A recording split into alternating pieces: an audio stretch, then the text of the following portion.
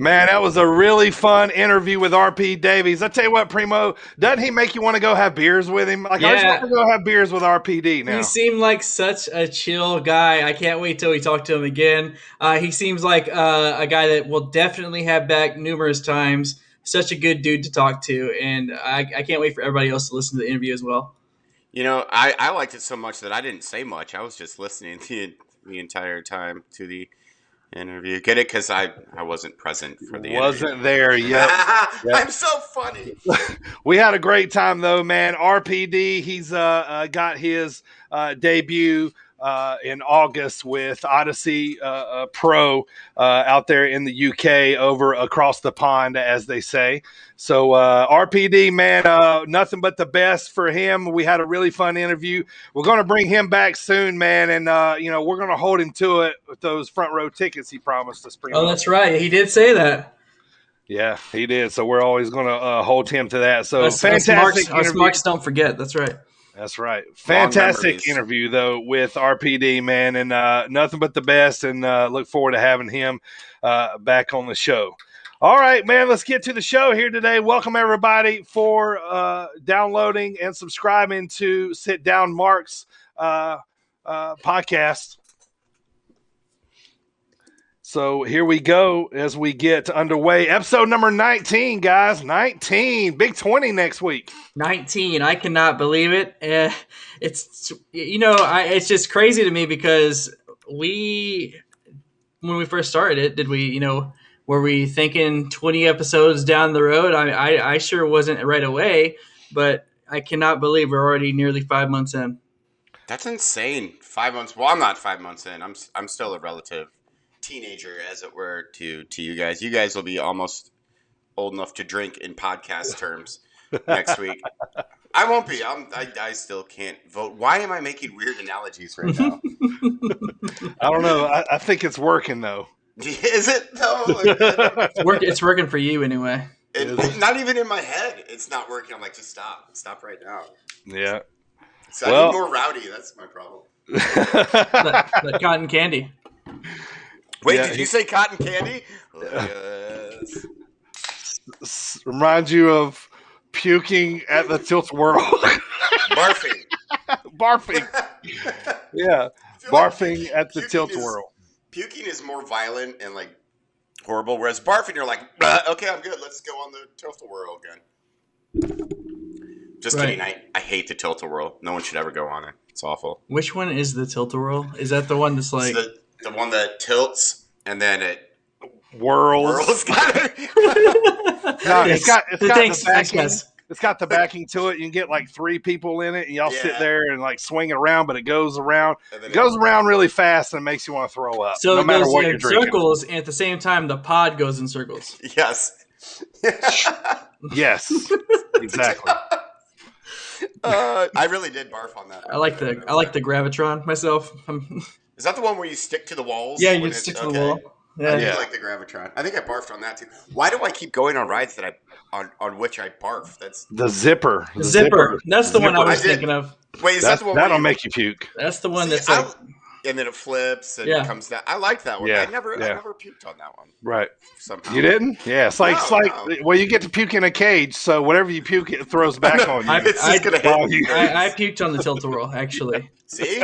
That's what it was built for. I know. You got to puke at the Carnival of the Circus one time, and you never really went. I mean, honestly. You didn't have a childhood. Like, you had no childhood if you didn't barf on at least one. God, I even barfed on, the pirate ship that goes back and forth? I even barfed on that. I barfed too much. Yeah. Can we just call you Puke now? Yeah. Like the old, Droz' old gimmick? He's gonna puke. All right. Well, let me continue here with our introductions for today. Let's start with the guy from the land of the rattlesnake, Mr. Team Extreme himself, editor and producer of the show, Sit Down Mark's champion for 98 days. Acknowledge this man, people. Putting everyone in virtual headlocks as he is still the champ. Primo Silver Fox, everybody. It's impressive. That's right. Thank you. I'm clapping for myself now. Mm-hmm. You guys stop clapping. You can continue. Well, next up on the show, the only babyface on the panel left, that's for sure. Straight out of your mama's kitchen, he's been known to drop a little biscuits in the old bread basket. You know him as the Johnny Drip Drip co-founder of the fan club. Yeah, can't get the president. Co-founder. Yeah, they're the Drip Drops. That's what they're actually called. Everybody, welcome AJ. Thanks, brother, for being on the show.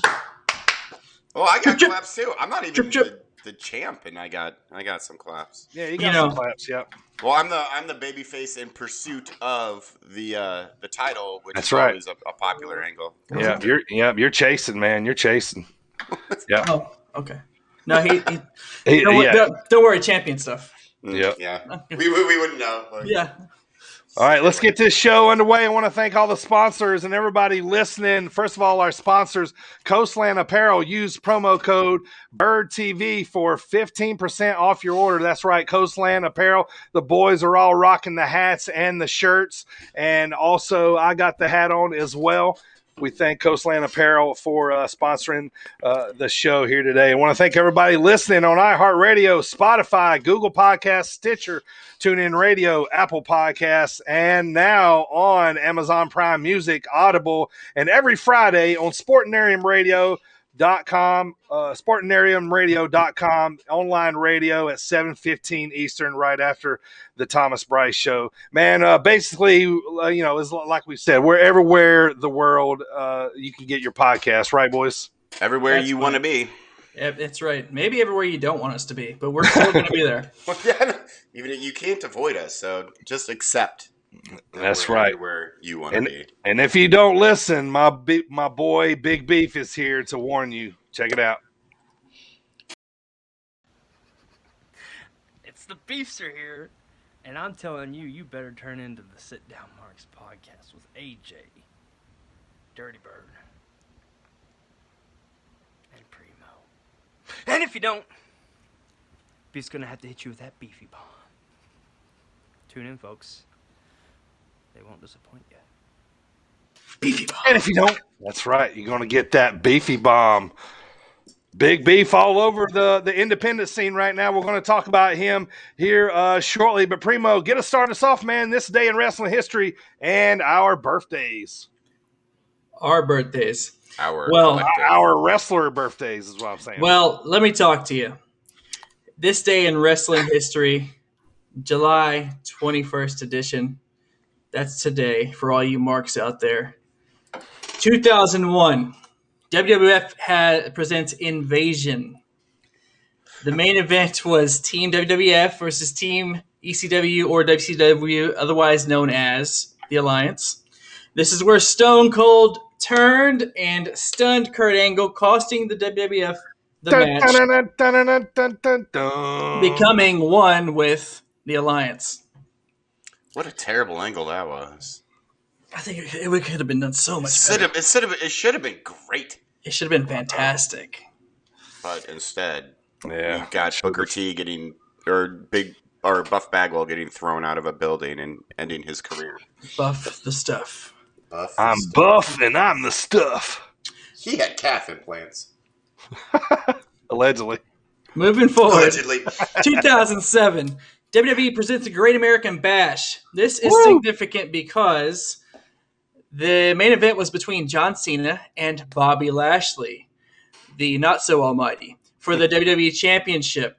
This was Bobby Lashley's last match during his first run with the WWE before having shoulder surgery and then eventually going to TNA. Interesting. He was a really boring babyface back then. Or was that when he was in ECW? When he was a really boring babyface. When he was in ECW is when he did the it was the Umaga versus Bobby Lashley, Trump versus McMahon. Stupid. Donald Trump, you're fired. Where he shaved Vince McMahon's head. Yep. Yeah. But then took a stunner as well. Always put a stunner in there. Right. 2018. AAW presents United We Stand 2018. Oh, I might have been at this one. United We Stand 2018. What? tonight, We Stand 2018, with a card that included the main event, David Starr, Eddie Kingston, and Trevor Lee defeating ACH, Davey Vega, and Matt Fitchett. Yeah, besties in the world. The card also included matches such as MJF defeating Ace Romero, nice. Ray Phoenix defeating my boy Desmond Xavier, the Cardiac Kid at the time, Wes Lee now. Yeah. Kimberly defeating Sue Young, and Zema Ion defeating Trey Miguel. Also, Kurt Stallion and Jake, what's my name, Dirty? Something! Defeating Aaron Solo and Ricky Starks. Ricky Starks? We'll talk about him. Cool matchup, or cool card there in 2018. It's a really cool card. Yeah, and AAW. So, moving on to wrestling birthdays. I went through birthdays of the week for this one. 1991, we have Hangman Adam Page. 1991. He's young. Man, 91. He's 30. 1981. Kenny King. He's old. Kenny King, yeah. 1970. Let's move forward another decade. Sean Stasiak. He's born in 1970. Meat. Yeah. Worst Mr. Perfect. Today actually is also my dad's birthday. Happy birthday. Hey, happy birthday, Mr. Primo. Mr. Fox. Mr. Fox. Mr. Sunday, Mr. Silver. Sunday is also my mother's birthday. Happy birthday. Hey, happy birthday, Mrs. Fox. All right. Happy birthday. Shh. Okay. Friday is none other than Primo's birthday, baby. Who? You're such a spoiler, man. This guy's a mark for himself, AJ. That was part of the show today was to acknowledge Primo's birthday, but he had to get it out of the way. But it's part of my birthday list. had to put himself over. That's right. I know. Yep. So that is today in wrestling history and wrestling birthdays. Thank you so much. It's part of my birthday list. Part of my birthday list. Like every year he has a list. Yeah. I just made the list. You know what happens? What happens when you have a birthday during sit down marks? Right. Can't even. All right. Yeah. Well, that was very nice. Happy birthday, Primo! We're going to put the word out there that next week we're going to be on summer break. So happy birthday, Primo! Hope it is enjoyable, sir. Thank you. Happy birthday! Thank you. Happy birthday. We'll celebrate in a couple weeks when you come to Chicago. That's right. That's right. All three of the marks will be in one place at one time. The world's going to explode. If you make it here, I still think you're going to cut promos on people on the airplane. Probably going to arrest me. And get kicked off and stuck in Ohio. Stuck in Akron or something. Oh, man. Well, all right, let's talk about what's on the show today, boys. Obviously, wrestling is getting hot, man. So, we got Slammiversary. We got Money in the Bank. We got our regular coverage as we get rolling here. But, so it should be an awesome, jam-packed show. I want to thank RPD again for that phenomenal, great interview with him. Thank him for taking the time out to talk to us here before we get started. But we still got those stickers available. If anybody out there in listener land would like any sit-down marks stickers, just DM us on Twitter and we will get those out to you. And also tonight, promo school is going to be a fun one, boys. Austin 316 promo. How about it? What? Austin 316 promo and squared circle questions. And Primo has some breaking news for us here as we see. But tell us what's going on. For the 5th consecutive week in a row, Sit Down Marks has reached over 100 downloads. And I got to say it, this past episode 18, was the fastest riser thus far. It hit 100 downloads like 2 days ago. It was a good one. Like, Yeah, I'm proud of us for that episode.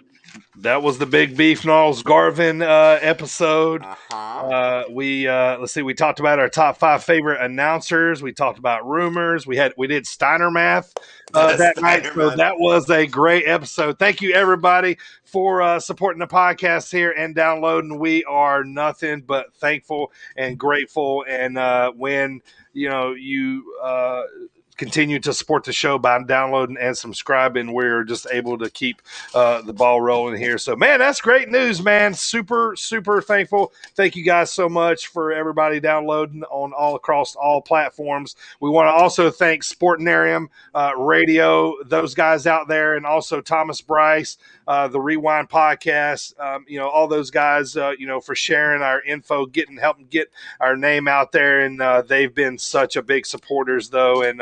And we just couldn't be more thankful of Sportinarium, right, boys? Nope. Thank you so much. We're getting a little cocky too. Like, we would like to get cockier. So, keep telling your friends and keep listening to us in your ears. Our egos aren't big enough yet. We need bigger egos. That's true. Right. Inflate them. You're going to need a bigger hat. Yes. Also, I'm voluntarily drinking a rowdy. I don't know. Right. Well, we all have a nice little stockpile, so we'll have to burn. But all mine are cotton candy. That's a user error. Yeah. All right. Well, with free Sit Down Marks podcast stickers, you get a free can of Cotton County Rowdy. You will get cotton candy. I will deliver it to your house. I don't care where you live. I will throw it through your front window because I feel like that's how Rowdy should be used. Like a newspaper? Yes. Or like as a weapon. Seriously, though, I want to thank everybody for downloading the podcast, and we're just going to keep rolling on with this one. So, all right, man, it's time to jump in to what happened this past week in wrestling as our customary starter of this part of the show. AJ, AEW. Holy hell. So, AEW last Wednesday was Fyter Fest, night one. That's not Spanish for one, by the way. It's just uno. There's a little Spanish. I'm continuing the Spanish lessons throughout the podcast. Anyways, so quick. This is a great show. Kickoff with the IWGP US Championship. Jon Moxley, the champ, versus Carl Anderson. Carl Anderson looked better than he had looked since he was in New Japan. He looked awesome. Nice. Okay. You forget that he can actually go in the ring, and he's not just a jokey, gimmicky, joke heel. Gimmicky joke heel. Jokey joke. So he has jokes and more jokes, but he looks great. So the match is a pretty brutal affair. There's side suplexes through things, and Mox taking ridiculous bumps. And this is the first time he's been on TV since Double or Nothing, I believe.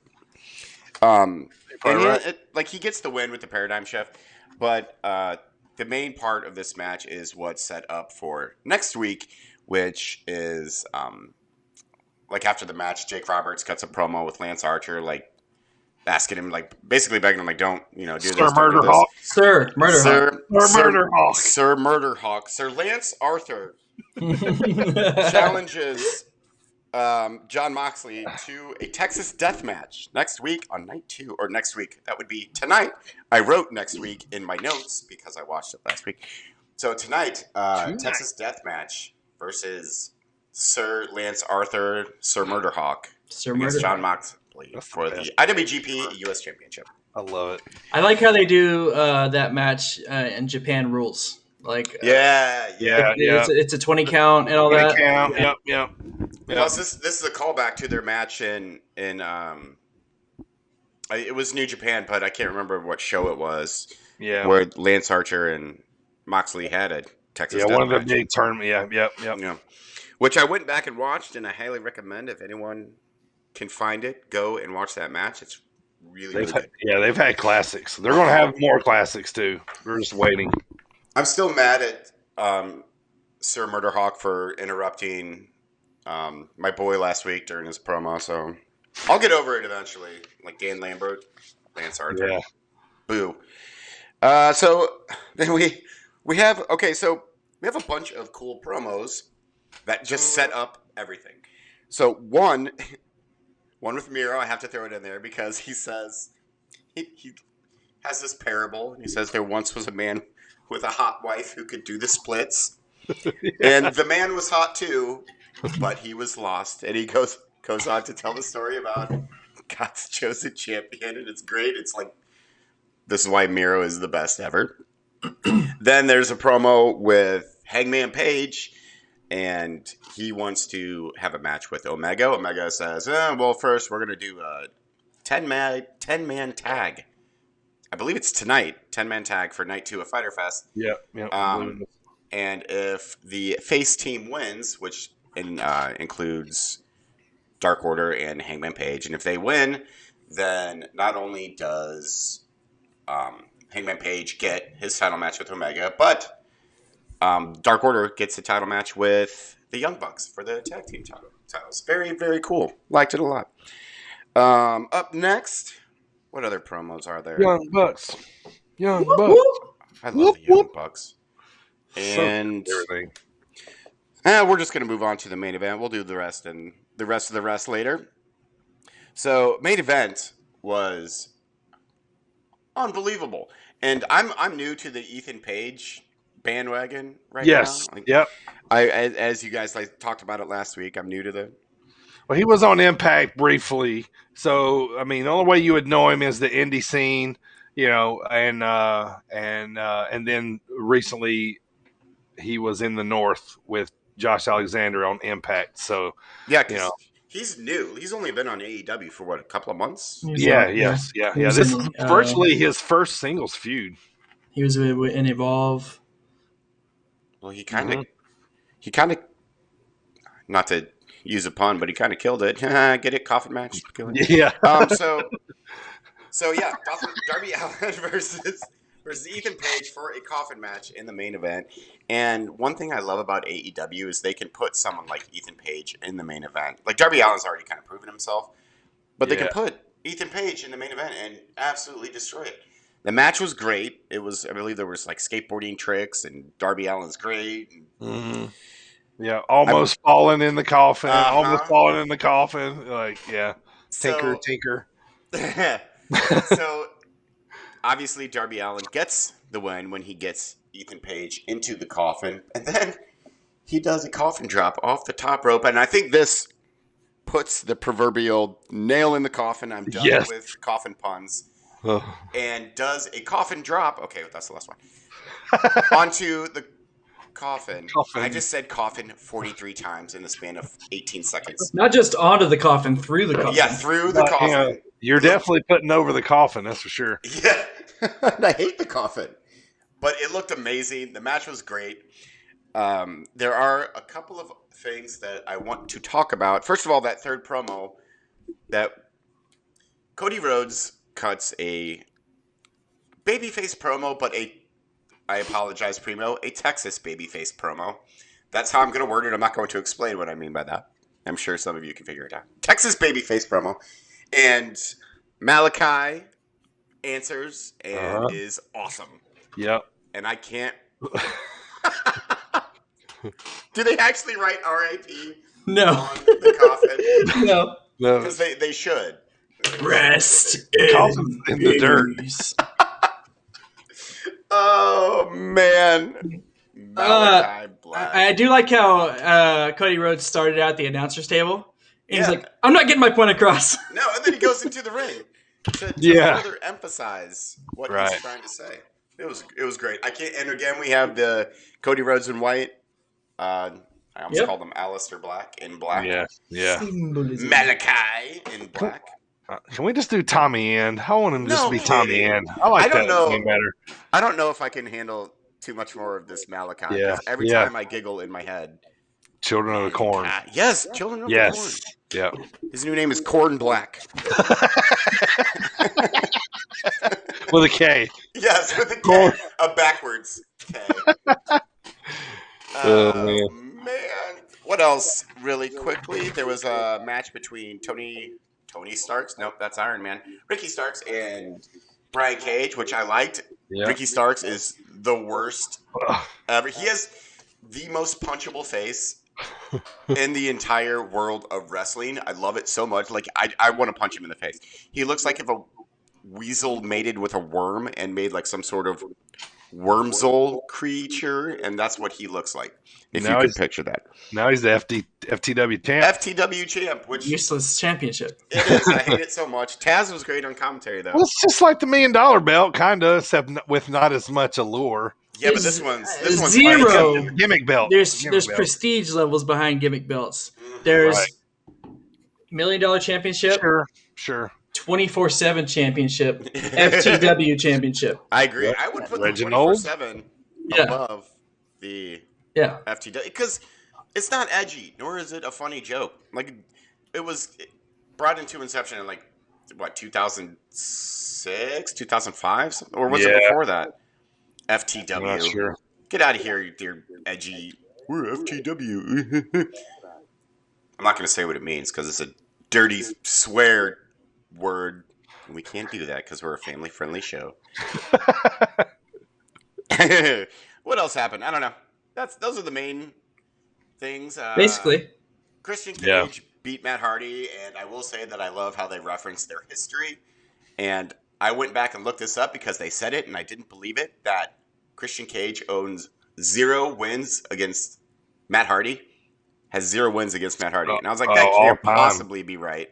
Singles wins, yeah. Yeah, singles wins. I'm sorry. Yeah. Yeah, I looked it up, and it is absolutely true. This is his first singles win over Matt Hardy. Weird. Sammy Guevara against Wheeler Yuta. Yuta looked great.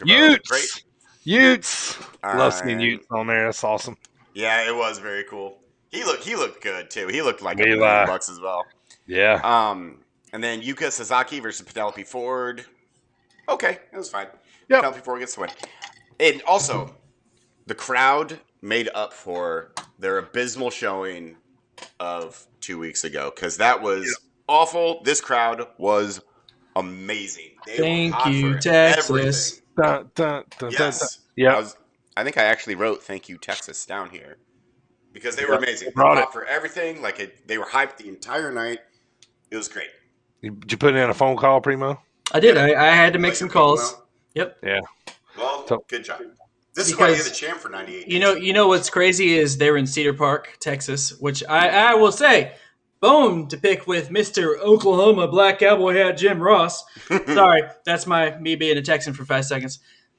But I'm from that exact area. Like I lived 30, 45 minutes from that HEB arena. So he said Austin. That's not Austin. Nah. Well, I mean, that's calling it's the closest big town next to it. Give us some credit, though. It's like calling when a show was at the Rosemont, calling it Chicago. Chicago. Outside Or Chicago. I always say this, like the Chicagoland NASCAR track. It's in Joliet. It's in Joliet. Not even close to Chicago. Yeah. But they just group it because you get the big city name. So. Yep. So that's AEW Fyter Fest Night 1. I'm looking forward to Night 2. I think it's going to be just as good, if not better, because this is a fantastic show. Thumbs up for AEW. Totally agree. As I'm gonna say something here before I get to Impact. Something. What's my name? This was a big weekend for wrestling, man. With all the pay-per-views, the returns, the fans coming back, the needle got moved this weekend. A lot happened. And I'm super pumped up about it. So let me get over Impact Wrestling last Thursday, and then I got a few quick little indie notes for you. All right. So, let's see, Thursday. It was July 15th. This was the go-home show for Slammiversary. So to start off the show, Jordan Grace and Rachel Ellering kind of got back together and beat Caleb with a K and Tennille Dashwood. Right after that, Macklin comes back out for another match, and he squashes some kid and talks about this is all you give me. This is all you got. And he did the classic, went to pin him, pulling back up, kept beating him up. Love that move. Yeah, Classic heel. So he's still on a rampage. They will probably start ticking up his battles. So next up, Jessica Havoc kind of unofficially joins Decay, which I will talk a little bit more about that later. And then another match, basically with all the Ultimate X competitors. The triple. Just a match basically with all those guys in it. So. All right, so we get towards the middle of the show. Brian Myers comes out, and he's standing in the middle of the ring, and he calls out, "Get ready, boys! What's my name?" Something! Calls out Jake something. Matt Cardona comes out, and they all brawl. It's a big, huge brawl. Tenille and Caleb then come out, and it kind of looks like they're going to join up with Brian Myers, but they kind of leave that open. And then so next match is Moose versus Hernandez. Moose. Saban comes out, and they talk about their match at Slammiversary, which is AJ. Yep, which is coming up. So then we get to the main event of Thursday Impact: Joe Doring versus Gallows versus Falaba versus Willie Mack, which is basically one team member from all that's going to be in the tag team match. So at Slammiversary, Joe Doring wins, and they hold the titles up high as the show starts to go off, and then at the end of the show, Scott D'Amore has Matt Cardona pulled off to the side, aka woo woo woo, woo, you know it. Tells him that he is going to need a female partner of his choosing for his match with Tenille and Caleb with a K. And then so Scott D'Amore ends the show with Slammiversary is going to be a hot mess, a.k.a. Hot Mess Express, leading to a woman named Chelsea Green who happens to be Matt Cardona's wife. So weird. Yeah, so he's got somebody. Yeah, so he's got somebody to be on the show, in the match with him. So that's how Impact goes off. Not a whole lot, which is kind of the usual for them. So not much happening before the pay-per-view. So all right, so a couple indie notes here. This Saturday, expect everything. This coming Saturday, PWX down in Concord, North Carolina. All Ego Ethan Page advertised to wrestle on the show. And then, nice face, AJ. And then also Glory Pro Wrestling this Sunday. The pay-per-view is called The Heat Is On. It's on IWTV out of St. Louis. All Ego Ethan Page on this show as well. Jake something. A lot of good wrestling there. So that is the highlights of a few matches that are coming up. I want to talk a little bit more later on in the show about the Limitless wrestling fight between Rip Bison and Big Beef. I want to go over that because that was a slobber knocker, as Jim Ross. Slobber knocker. Right? Call it a slobber knocker. Yeah, it was pretty wild, man. So. Yeah, so that was Impact before Slammiversary. So that brings us to Friday. Primo, kick us off. SmackDown. Smackity down. Smack dilly down. Smack of the dilly down. So, dilly. Fans these were never not be funny to me. Fans are finally back in the WWE. How hot was this show? It was amazing. I was hyped. I watched it live. It's since basically this whole weekend, since last Wednesday when AJ was talking about AEW. I feel like that was forever ago. Yeah. Right. I know. It does, yeah. So show opener, Vince McMahon comes out to welcome back the WWE Universe. Comes out, says, "Classic Vince." Looks at them all, says, "Where the hell you been?" Yeah, which is great. Where the hell have you been? And then you just think he's gonna? You think he's gonna be like, "Oh, welcome back! It's great to have you back." Nope. It's Vince fashion. Turn around and walks off. A little bit of swagger coming out. Not much. He gave us a little bit. I loved it. Yeah. My favorite part is throughout the whole. I love watching Pat McAfee throughout this whole thing. I do too. He's such a fan. He really is. He is. He just marks out to everything like a goober, and it's great. So our opening matchup for the first match back for live WWE Universe fans was we have Roman and the Usos, the Mysterios, and Edge. We have ourselves a tag team match. Where AJ does the Teddy dance. Not well, but I'm doing it. Where was the Davy Boy Smith? Davy, what do they call him? Harry Smith. Yeah, Harry when Smith. Was he debuted? He signed back with WWE. He's back with WWE, but it was a network exclusive. It wasn't on air. Yeah. Wasn't on air. He had a dark match beforehand. Before SmackDown, right? Yeah. Yep. Okay. Yeah. So he was. How cool would that be, though? Right? Like you get signed to WWE, and you're going to be one of the first people to go back out. Like after just getting signed in front of fans, and like that's pretty cool, man. Happy for him, Davey Boy Smith's son. Yep. Awesome. Super. We need some more Canadians in wrestling. He's so British. The Reigns and the Usos beat Edge and the Mysterios. And the Mysterios versus the Usos for the WWE Tag Team SmackDown Tag Team Champion is announced for the Money in the Bank pre-show kickoff show. What did you guys think about that? That was going to be on the pre-show. I thought it was silly. I didn't watch it. I honestly I never watched pre-shows. I rarely do also, but I didn't see it. But I felt like, who are they punishing here? Right. Hopefully everyone, I think. They're punishing the Usos. They're punishing the Mysterios for sucking. Well, one Mysterio for sucking. The younger one. Let me tell you real quick here, though. The last time I watched a pre-show, guys, was the time I bought this shirt. WrestleMania 32. We got in the building, and the first match was Ryback and Kalisto. And that was the only time I've ever watched a pre-show because I was in the building.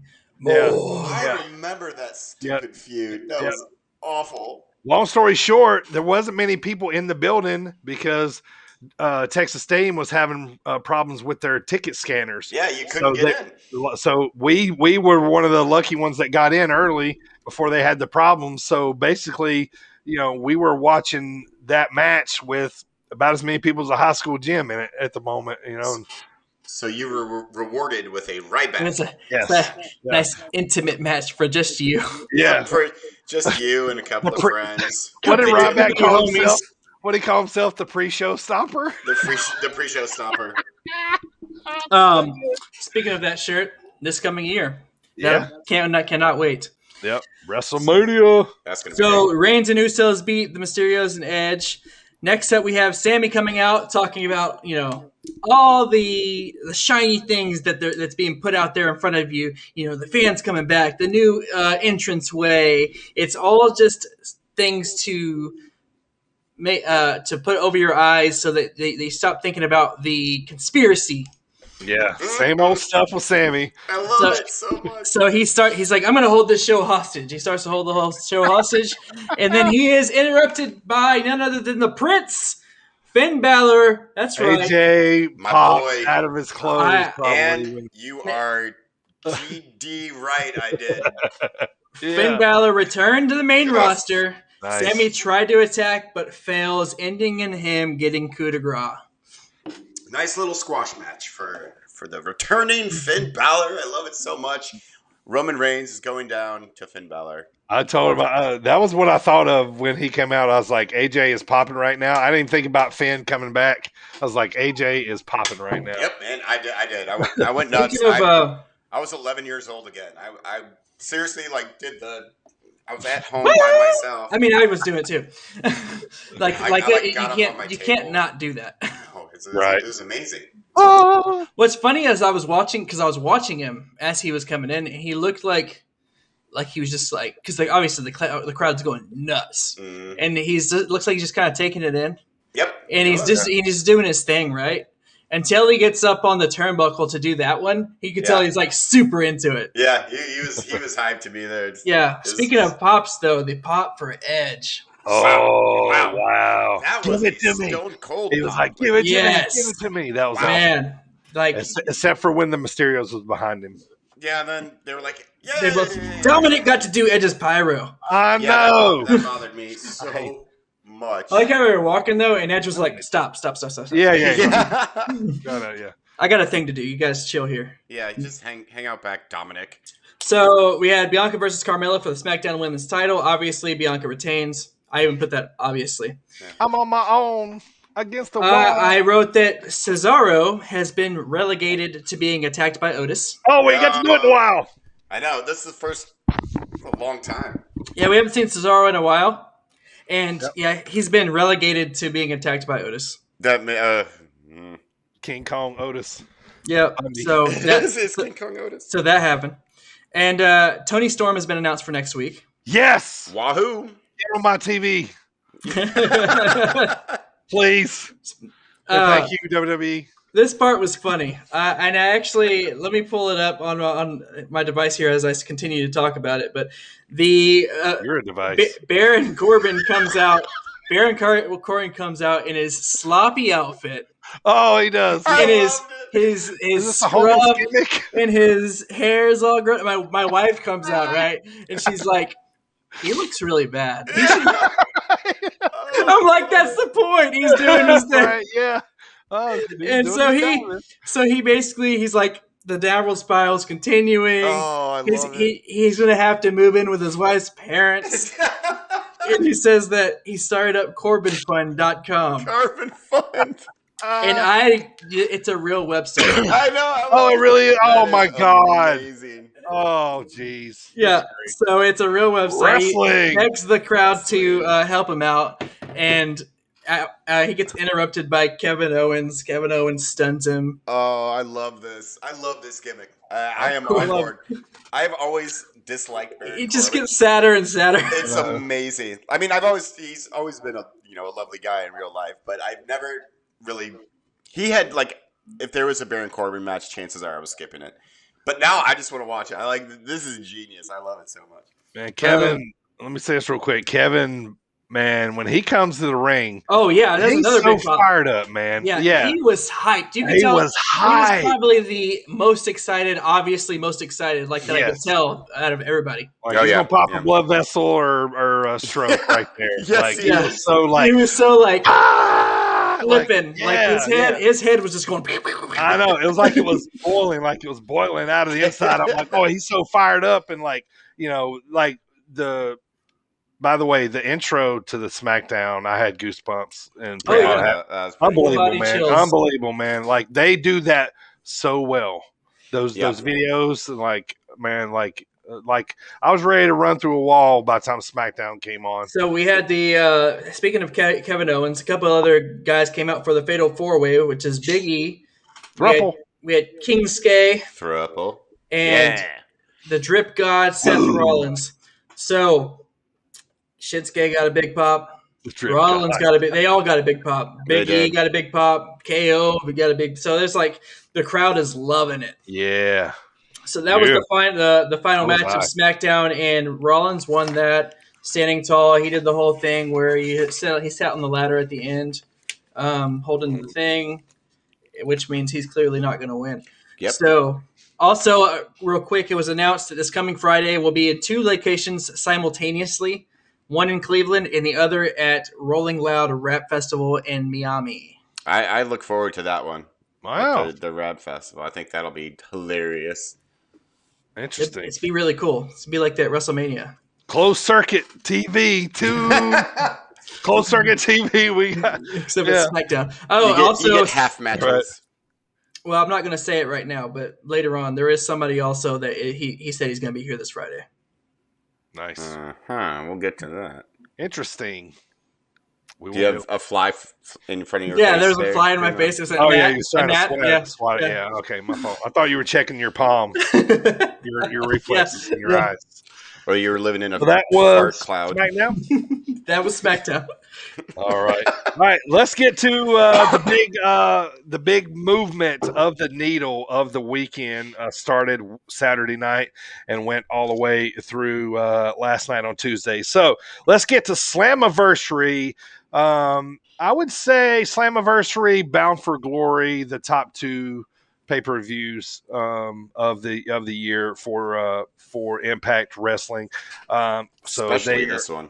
Yeah, especially this one. Phenomenal show. It was really good. Wrestling, like I said, moved the needle tonight. We got a real big glimpse of how many companies are actually working together. Yeah. By the end of this show tonight, boys, they had wrestlers in the NWA, AEW, AAA, New Japan, Impact, and possible more. So that's just from at the end of this show. So let's get into it. As it was a hot finish, I popped big time for what happened at the end of the show. So let's get to it. As we started off the show, Havoc and Rosemary, the new Decay members, win the Knockouts titles from Fire and Flava. Josh Alexander retained the X Division title in the Ultimate X match, which was awesome. These guys laid it all out in the line, a lot of spots, as you can imagine. And so these guys really, and they're really pushing Josh and holding him up as a big player. Rightfully so. I feel like he's awesome. Who took the big bump from the ropes? Well, I would say Rohit Raju took the hardest one, the biggest one of the ones we called. Yeah. And there was a couple little spots, but the biggest one was probably him, as they set up where he was going to come down and missed on a spot. So but it was very good. Josh, man, he's killing it, man. He's killing it. As we're going to see him live here soon in AEW. All right, next up, here we go. Brian Myers and Tennille Dashwood, not Caleb, versus Matt Cardona and a mystery opponent. Had to be a girl, so as expected, the Hot Mess Express hits the Titantron. She comes to the ring, not full gimmick. She still had a little bit of the messy, lipstick, but had the wrestling tights on, so to speak. Yeah, no torn wedding dress or anything. Yeah, and then to finish the match, guys, you'd think this was interesting. She finished off Tennille with the Unprettier. Yeah, the Unprettier. I was not expecting that. Yeah. So that's a interesting move there. Don't tell Michael. You're right. Yeah, won't do it. Morrissey beat Eddie Edwards with a chain wrapped around his finger, punched him, power bomb, game over. So Morrissey still moving up the ladder. Shera and Madman Fulton come out to interrupt an interview, and then Finn Juice comes out and returns to Impact Wrestling and gets the win over Shera and Fulton. Oh, I missed it there. We had a tag team match, player. So, Finn Juice. Next matchup, Chris Sabin, kind of shocked by this one, beat Moose by a roll-up. It's because Chris Sabin is awesome. I love Chris Sabin. 4-way tag team match up next. And new champions. Shenanigans aplenty, coming out. But winning the tag team titles again, the Good Brothers. Oh, good win. Yeah. Good Brothers. Machine Gun Carl. Yeah. Yeah, and Gallows. So they are more belts. The champs. They need more belts. All right, so here's where the heat really starts to hit the pay-per-view. All right, this is when the match, or it really started to tick up here. So Deonna Purrazzo was going to have a mystery opponent as well. And it was kind of thought to be Mickie James, blah blah blah. Well, turns out it was Thunder Rosa who come out and they had a banger of a match, and forth. Banger, as the kids say. It was a banger. Deonna, man, she is just good, man. Like, probably talented-wise, maybe the best. Like, I kind of put her up there with Charlotte as having just that cumber of wrestling. So Purrazzo retains. Thunder Rosa from the NWA. Any match she's in has been a banger lately with Britt. She had a banger with Britt Baker. Hey! All right, guys. Next up, our Main event: Kenny Omega versus the Death Machine, Sami Callihan. That was good. Thanks. Very good. Yeah, that was impressive. It sounded like it hurt a little bit. Yeah, so crazy match, guys. Chaos. Salt was getting thrown in people's eyes. The ref took bumps. Pocket sand. Some packs aplenty. Shenanigans. Good Brothers show up. Edwards and Sabin show up, which is crazy that Edwards and Sabin were kind of showing up. But it was almost kind of like an Impact guys versus these other guys because Eddie took a ball bat from Sammy not long ago, so he's not coming out to really help Sammy. But anyway, so they show up to fight. Anyway, we get to the end of the match as everybody's kind of breaking down. Sammy takes multiple V triggers, and then which has been the case lately, and then Omega one wing angels Sammy onto a pile of thumbtacks. Yeah. Oh. Gross. I was grossed out by that. Yeah. It was a good one. Omega retains, and and then we're celebrating, as everybody's breaking down, everybody's leaving, going out and about. And then the big pop happens. I did not see this coming. I did not see this on any kind of spoiler. Nothing, man. And like Jay White, the Switchblade from New Japan Wrestling, the never open weight champion, is in Impact, and he comes out holding the never open weight championship, and he does his classic looking down at the belt, and then he looks up at Omega. I'm going nuts. Holy cow. Switchblade is in Impact.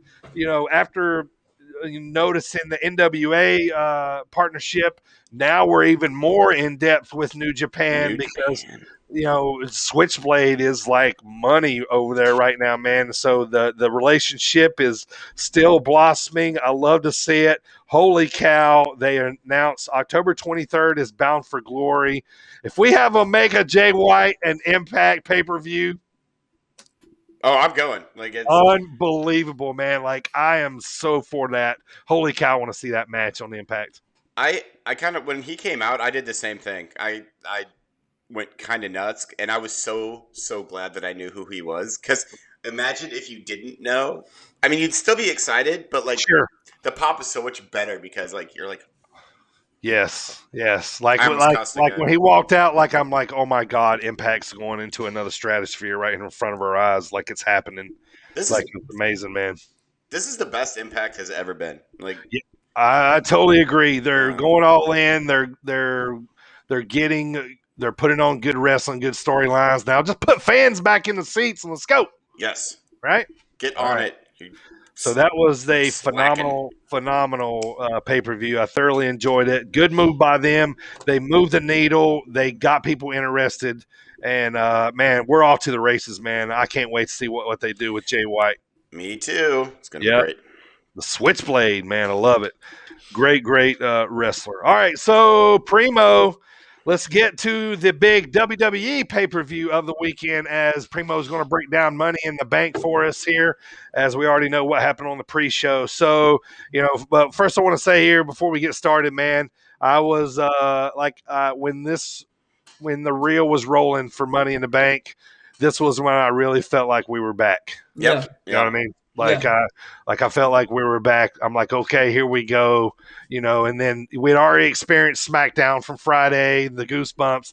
Now I'm like, I felt like it was going to be a good night, and it absolutely was. Take it through us, Primo. Yeah, for sure. Like you said, once we saw the pre-roll of their promotion of Money in the Bank with the fans coming back, we know it was time to rock and roll.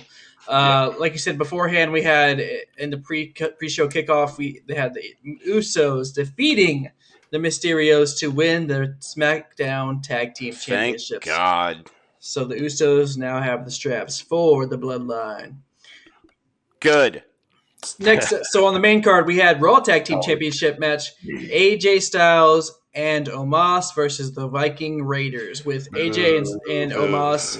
Thankfully. It's almost AJ and almost. That's right. AJ almost. AJ Karen and almost retain their titles. Thankfully. I cannot go away. I want the Viking experience. Is it the Viking Raiders? The Viking Experience. Raiders. Viking Experience is their move. Their move. I want them to go away.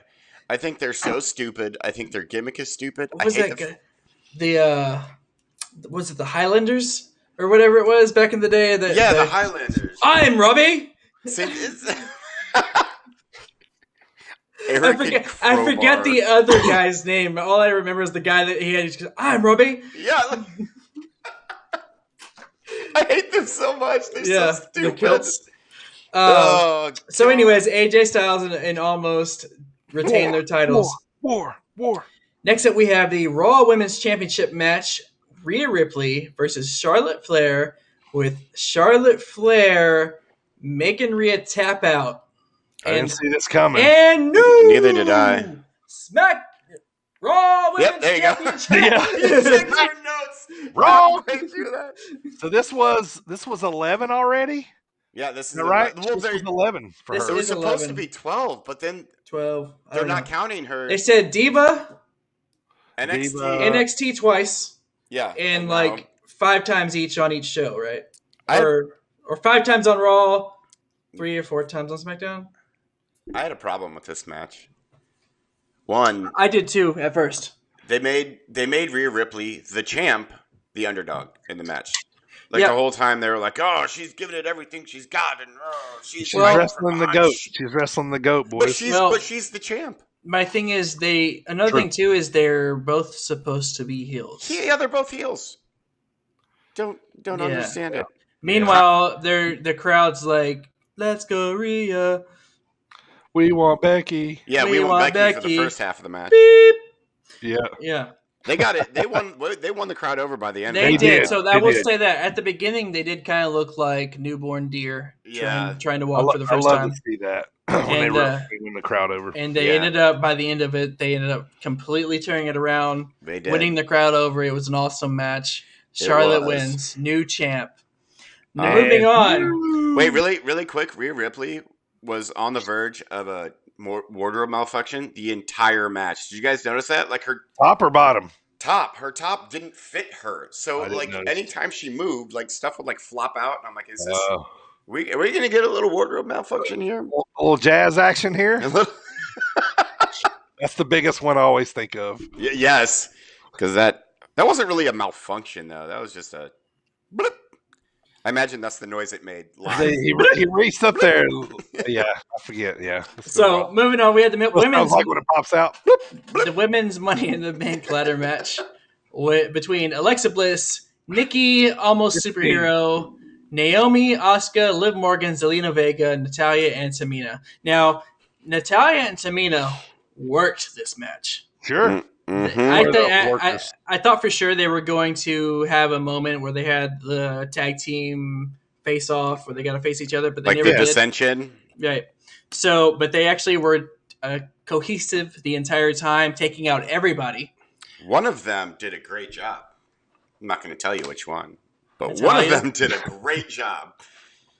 It wasn't Tamina. And so it ended with all the at one point, they trap Alexa Bliss on the outside of the ring. They just start tossing ladders on top of her. Yeah. Stacked her up. She was under like 6 or 7 ladders. And they just left her there. That's the last time you see her. Yep. And the match ends with they have 3 ladders in the ring. All of the women wrestlers are climbing up. Everybody seemed to have forgotten about Nikki Cross. And she just climbs up, grabs it, and wins. Yep. Which... I'll be honest. I liked it. I did too. I did too. It was one of the women that we called to win. It was between her or Liv Morgan. Yeah, yes, y'all did. I thought Liv Morgan. My second choice I thought would be Naomi. I thought she kind of was due. I was behind Liv Morgan the whole match. Yeah. Actually, I'm not mad at Nikki winning. I just thought it was a little too soon. You know, I don't know. It kind of makes it a joke now. So just wait. Yeah. Well, I did think about that. I read this today actually on Reddit, and I didn't think about it until I read it earlier. Sure. And I read it on Reddit. That's right. Nikki has created this gimmick that now, because little girls around the world no longer have Bayley. That's true. And now they have Nikki, the superhero, to look up to. But it's almost superhero. Yeah, Ash. No. I mean, like Hurricane and Rosie, they were in training. Yeah, he's a superhero in training. The SHIT. Yeah. Somebody's going to join the fray here. You know what I mean? Watch Alexa, like, turn into Supergirl or something. I don't know, something like that or something. But did you guys like Alexa standing on, or did you like her standing on the just the ropes the entire time with her? Oh, actually, I did like that. I did. And out of all that, I thought you were going to talk about her mind controlling Zelina Vega on the top of the ladder. That was so stupid. But I will say, when she was standing there like that, out of all the female competitors, including Nikki Ash, my little girl, I have a 6-year-old daughter, Alexa Bliss is the one she liked. Oh, really? Yeah. She was like, I like her, Daddy. She looks cool. She did look cool. Like, she's just standing there all stoic and staring and stuff. But then she tried to use her voodoo powers. And she also did the thing where she tried to, like, will the chest to her hand. I was like, this is stupid. Please don't. Yeah. Like, just don't. Like, we talked about this one time, that if she started doing supernatural stuff, then we're really out. So. Yeah, we're just done. Yeah, I think we called it. So, moving on, we had a stacked men's Money in the Bank ladder match. This was good, man. Kevin Owens, Big E, Shinsuke Nakamura. My boy. Oh! Drew McIntyre, which we called what would happen to him. Mm-hmm. Ricochet, Riddle, the original bro. Seth Rollins and Johnny Drip Trip. So we had Johnny Drip Trip and the Drip God both in the same match at the same time. And I don't know if y'all saw it or not, but they had an exchange outside the ring where they were arguing. Seth Rollins is like, "What's this in your hair? What's this in your hair?" Johnny, it says Drip Drip. Yeah. And it says drip in your hair. Seth is the Drip God. So yeah, they were arguing over who's the drippiest. Yes, they were. Yeah, because Johnny had his Moist C shirt on or something. That's right. I love, like, halfway through the match, though, like, after all Johnny Drip wears off, his hair's like this big. He's like a floof. Yes, it's huge. Frizzy floof ball. And his drip on the side of his head's not there anymore. No, it's all worn off. Yeah. So during this match, we had some great bumps. Kevin Owens went through a ladder. Oh. We had Seth. Drew McIntyre got attacked by Jinder and his crew, like we said would happen. Yep. He actually got dragged off into the sunset. He did. To the sunset. How about that bump? Or not that bump, but how about that innovation by Ricochet when Riddle pushed the ladder over, and then he springboarded off the ropes and then flipped onto everyone from the outside. The thing is, it's not the first time we've seen it, but the way he did it. Yeah, it's the best we've seen it. Yeah, I mean, Ricochet, he has to have springs in his legs. He does. He's not young either. Like, how does he keep doing Remember when he did that flip out of the ring onto the floor with Velveteen? Uh-huh. Mm-hmm. And then yeah. That was amazing. When he did it, he flipped and stood right in front of him. Yeah. Yes. God, man. So then we have the WWE Championship. Oh, the winner of that match was who we all called Big E. Oh, yeah, we got that right. That was great. Like, Sit down, Marks! I think I would have been okay with any of these guys winning, except for Johnny Drip Drip.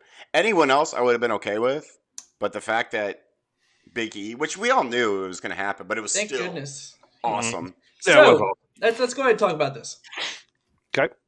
Big E wins. Yeah. Actually, let's move forward real quick, and we'll get back to this. Bobby Lashley versus Kofi Kingston. Bobby Lashley destroys Kofi Kingston, wins, and retains his title. Absolute squash. Now let's get back to Big E. Yes. So, Big E wins the Money in the Bank briefcase. Mm-hmm. Bobby Lashley has been feuding with the New Day. Uh-huh. So, we're going to see these two bulls face off. You think Big E's going to have a feud with Bobby? Yep. I think Bobby's going to lose. Well, it depends on what stupid no spoiler alert. Never mind. We'll get to that later. So, the main event of Money in the Bank and final match. Great match. Universal Championship match between Roman Reigns and Edge. What y'all think of that? This Again, Edge. That was a Stone Cold at the height of Stone Cold. Dude. Pop. Yeah. He did awesome. I love Roman Reigns' music, by the way. Absolutely. It's like final it grew boss on video me game. so quick. I remember the first time I heard it, and we actually were doing the pod already, and I kind of dogged it the very first time. Yeah, you did. And then, like, as time has gone on, I'm like, man, this is like epic music. Yeah, it is. Now they incorporate that like graphic of him, like like it's that, and it pans down. And did he get some more ink? It looked like he got some more ink. Yeah, maybe he finished it down the ribs. Yeah, maybe finished. Down, I know it connects under now. Mm-hmm. Under his arm, except for like his arm patch or his armpit patch is just bare. Yeah. I love his music though. It's like final video game boss. Yeah, and then it fits because it's timed perfectly. They get in the ring.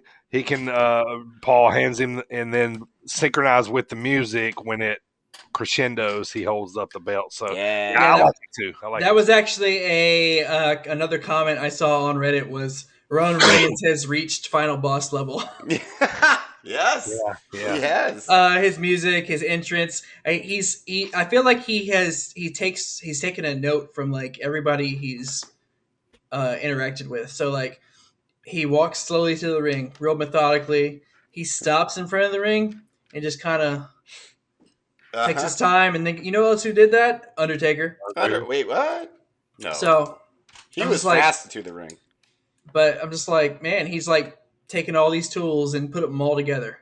Yeah. He's awesome right now. I love it. So Roman Reigns retained.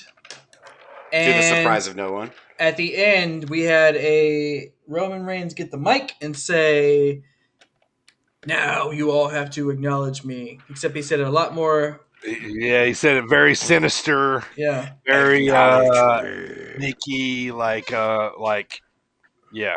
Right as he said me. Dun, dun, dun, dun. Green and yellow. Back. John Cena's back. Yep. John Deere colors hit the Titantron. John Cena John Deere colors. Yeah. That pop. Talk about a pop. Yeah. That dude. Yeah. That was always loved John's interaction with the roof cameraman. Is no longer in that building. It has been blown off. Oh, that was awesome. That was great. Yeah. Great. He didn't even say anything. He came in, did it, ran the ropes back and forth, did the hat throw, looked at Roman Reigns, did that, and then bounced. Then he was done. He was out. That's all he had to do. That's all he had to do. That was good stuff, man. That was good stuff. So that was Money in the Bank. Big moments there that we just real quick. Big moments. Big E won Money in the Bank. Nikki Cross won Money in the Bank. Charlotte Flair new champ, and John Cena retains. John Cena retains. I mean, excuse me. I was like Roman Reigns retains. John Cena returns. Awesome. Yeah, that was a great pay-per-view. I thoroughly enjoyed it. You know, like I said, I felt like we were back when this one started. So that led into Monday Night Raw, which Cena was already advertised for coming into Raw. So another hot crowd Monday night for Monday Night Raw. And were they still in They're Florida? They were still in Dallas area. Yeah, they're still in Texas. Yeah. Okay, they were in Fort Worth for Money in the Bank. Okay, got you. All right. I love Pat McAfee's outfit, by the way. Oh yeah, he looked like a geek, and it was great.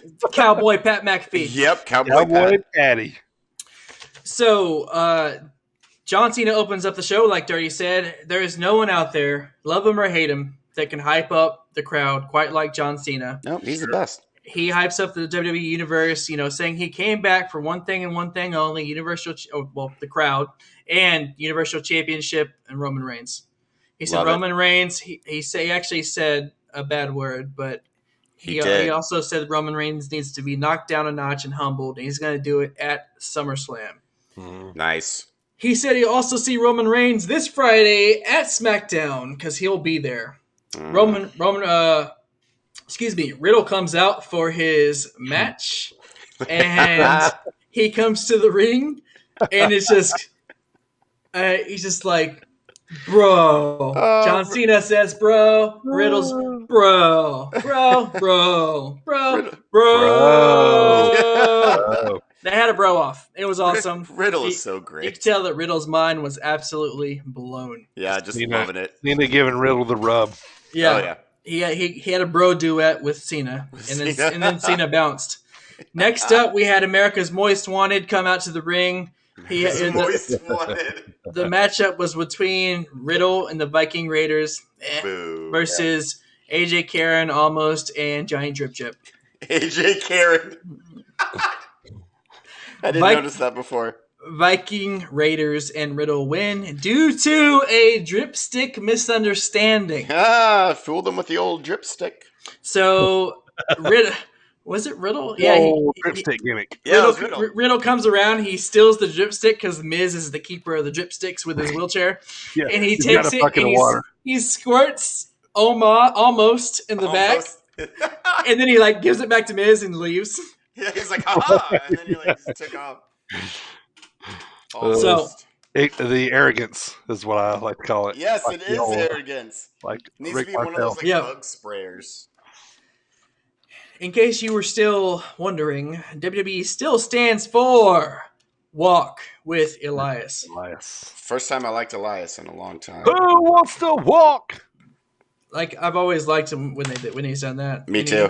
As much as he's been hated, that's always gotten over that phrase. It has. Sure has. No one cares about Jackson Riker comes out, says he's going to shut up Elias in a Symphony of Destruction match. I rolled my eyes when that was announced. Yeah, at first I was like, man, this is super lame. And then they had the match. And the match was actually, beat the snot out of each other with all these instruments. Strowman was in that match one time, wasn't he? Yeah, he also had the cello. Yeah, the big cello that he played like a guitar. Right. So, and I think it was also against Elias. Yeah, it was actually. Yeah. That's like his new gimmick match. So it's Elias's gimmick match because that was against Braun Strowman as well. But he loses all of them, so maybe it should not be. Yeah, he lost with when Jackson Riker put him through a table via a superplex. He did to the outside. Bored. I was bored with this. I don't like Jackson Riker. I'm not behind him. He's supposed to be a babyface, and no, everyone likes Elias more. Agreed. Tamina and Natalya have a match with Shayna and Nia Jax. Tamina and Natalya defeat Shayna and Nia because of Nia's new hair. They lost because Nia's new hair. And Reginald distracted once again. Out comes Tozawa and all of the 24/7 people running around.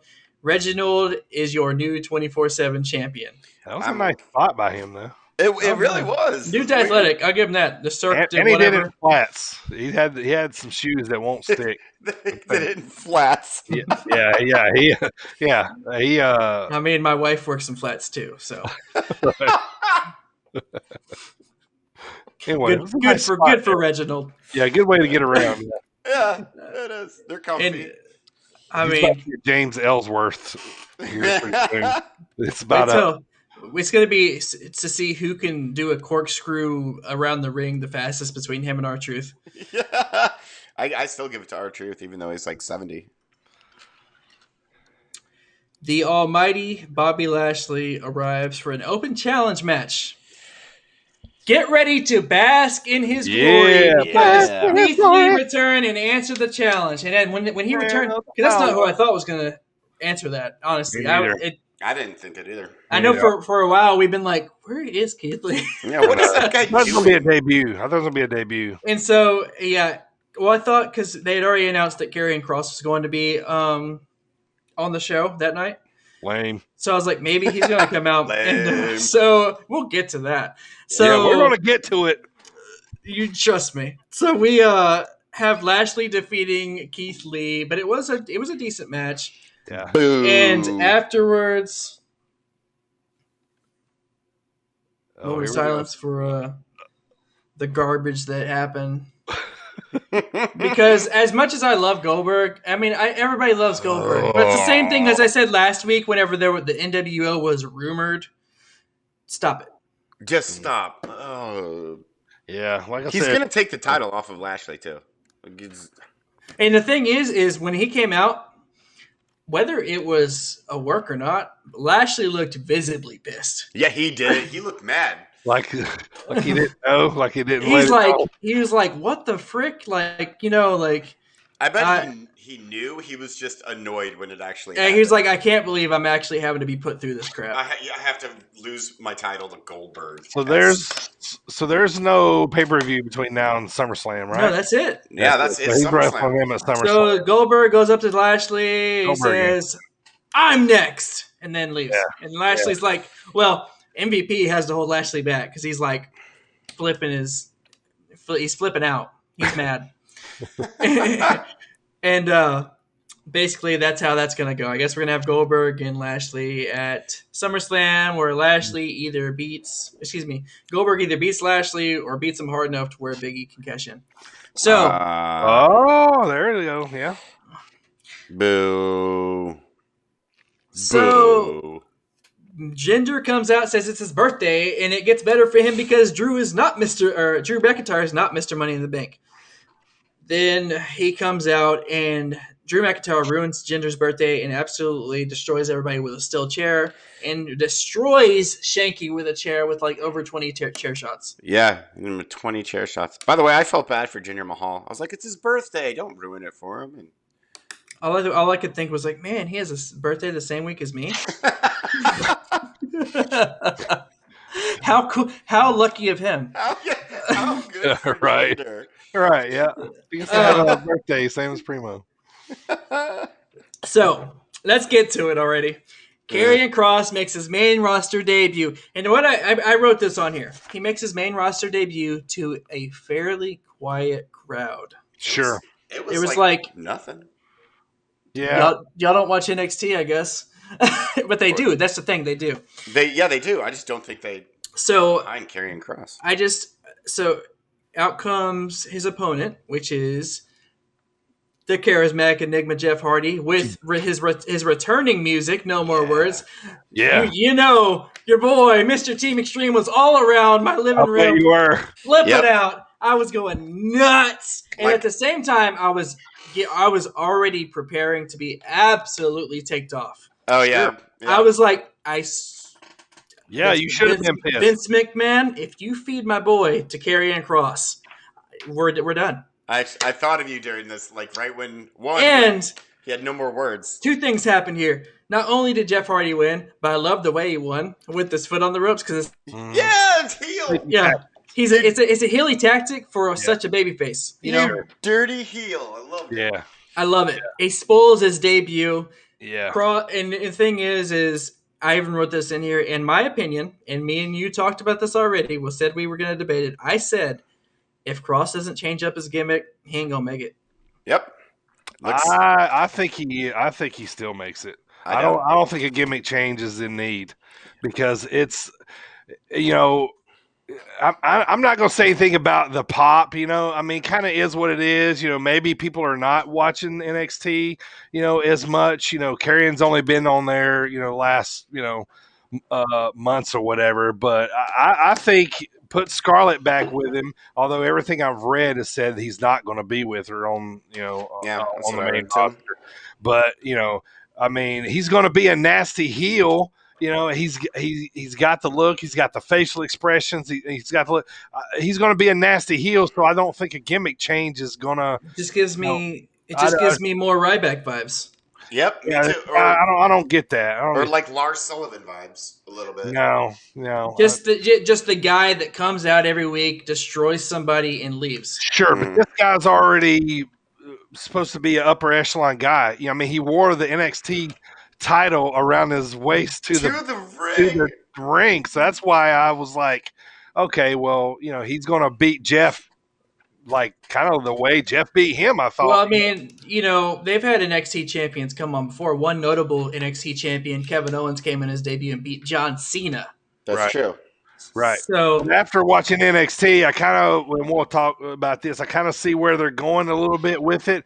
But I think this is going to be the start of the feud. I think Jeff's probably going to get his butt beat here for a while now. But I mean, he might need a, he might need a gimmick change. But I don't think for what he's going to do, that it's necessary. This is what I will say too. Is I'm excited. I am excited because the way that Jeff pulled that off, it's going to create a little thing between them, and it means that we get to see more Jeff Hardy. Yeah. Yes, we do. Yeah, and the thing is, no matter Vince McMahon knows what sells. Sure. And Jeff Hardy sells. So sure. It's to all the fans. Sure. So they're going to keep him on TV and give him an angle. Right. Why couldn't he done that to Jinder or somebody else? Yeah. Why? Why Karrion Kross? I like big heels, and I think Karrion is going to be one of those. So I mean, obviously, I didn't like the start, but he could be, and he really could be. And I don't know. Something about him right now doesn't scream world champ. No, but I think everything about him screams nasty heel. Yeah. His facial expressions, he can talk. And maybe it's because we've gotten so used to the era of reality, real people. We got Roman Reigns, Seth Rollins. Yeah. So maybe it's the more so characters aren't going over as well these days, but I think this gives I think they have plans for something down the road, because I think this gives Karrion some sort of substance. If he's coming up to the main roster, I'll say this and we'll move on. If he's coming up to the main roster, I think that he's probably going to drop the belt, and then next time he's going to show up, he's probably going to lay Jeff out in the parking lot or something. Then we're off to the races. You know what I mean? Like some kind of revenge or whatever. But I mean, if they're trying to get him over as a heel, put him with Jeff. Yeah, right guy. For sure. Yeah. Right guy. Just destroys one of your, hot baby faces. Sure. But Joe's gonna kill him. So anyway, last but not least on here. I enjoyed that debate you guys had, by the way. That was fun. The marks don't always agree. We don't always agree. That's good. We don't need to. So the main event, we had Charlotte versus Rhea Ripley in a championship rematch. It was a good back and forth, good back and forth match between the two, but Rhea just couldn't put Charlotte away. Charlotte ends up winning. She starts to walk away with her belt to take. The way she wins is she starts to walk away with her belt. I'm sorry, Rhea wins, but because Charlotte starts to walk away with her belt and to take the count-out championship's advantage, Rhea comes out, tries to grab her to get her in the ring because that's the only way she can win. Charlotte nails her with the championship and takes the DQ. So afterwards, Charlotte's, of course, ticked off, and she starts laying out Charlotte. Right about this time, Nikki, almost superhero, arrives and cashes in her Money in the Bank contract, and we have a new Women's Champion, Nikki! I hated this Raw did not go my way, man. Me neither. That girl lost the belt. One of my favorite heels got waxed off. I took some lumps. This whole time I was just going like this. We're jumping the gun early, but hey, I text you because I was expecting something else. I was like, that is not how I saw that going. Right. I thought it was gonna be Becky, obviously. Me too. Yeah. But she made the comment that Becky is at home breastfeeding while she's running the division. While she's running the division. Yeah, that was a good line. It was good. And Becky actually replied via Twitter, but I can't remember exactly what she said. That was the end of Raw. That was all of Raw. We had a bunch of, they're going for pops like we talked about. Yeah, they are. Yeah, hot weekend for WWE minus NXT. We're talking about that shortly, but kudos to them, man. They made it interesting. We got goosebumps. We saw Cena come back. Big pops for Edge. So good job by everybody. Money in the Bank was awesome. But I thoroughly enjoyed all the wrestling this weekend. Before it went all WWE again, and then I got kind of annoyed with Monday Night Raw. Yeah, and Tamina and Nia Jax and Jeff Hardy and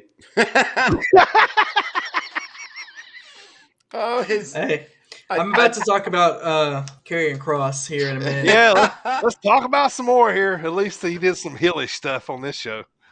Yeah, he did. Yep. So I'll talk about that angle last because it's the most important angle on NXT right now.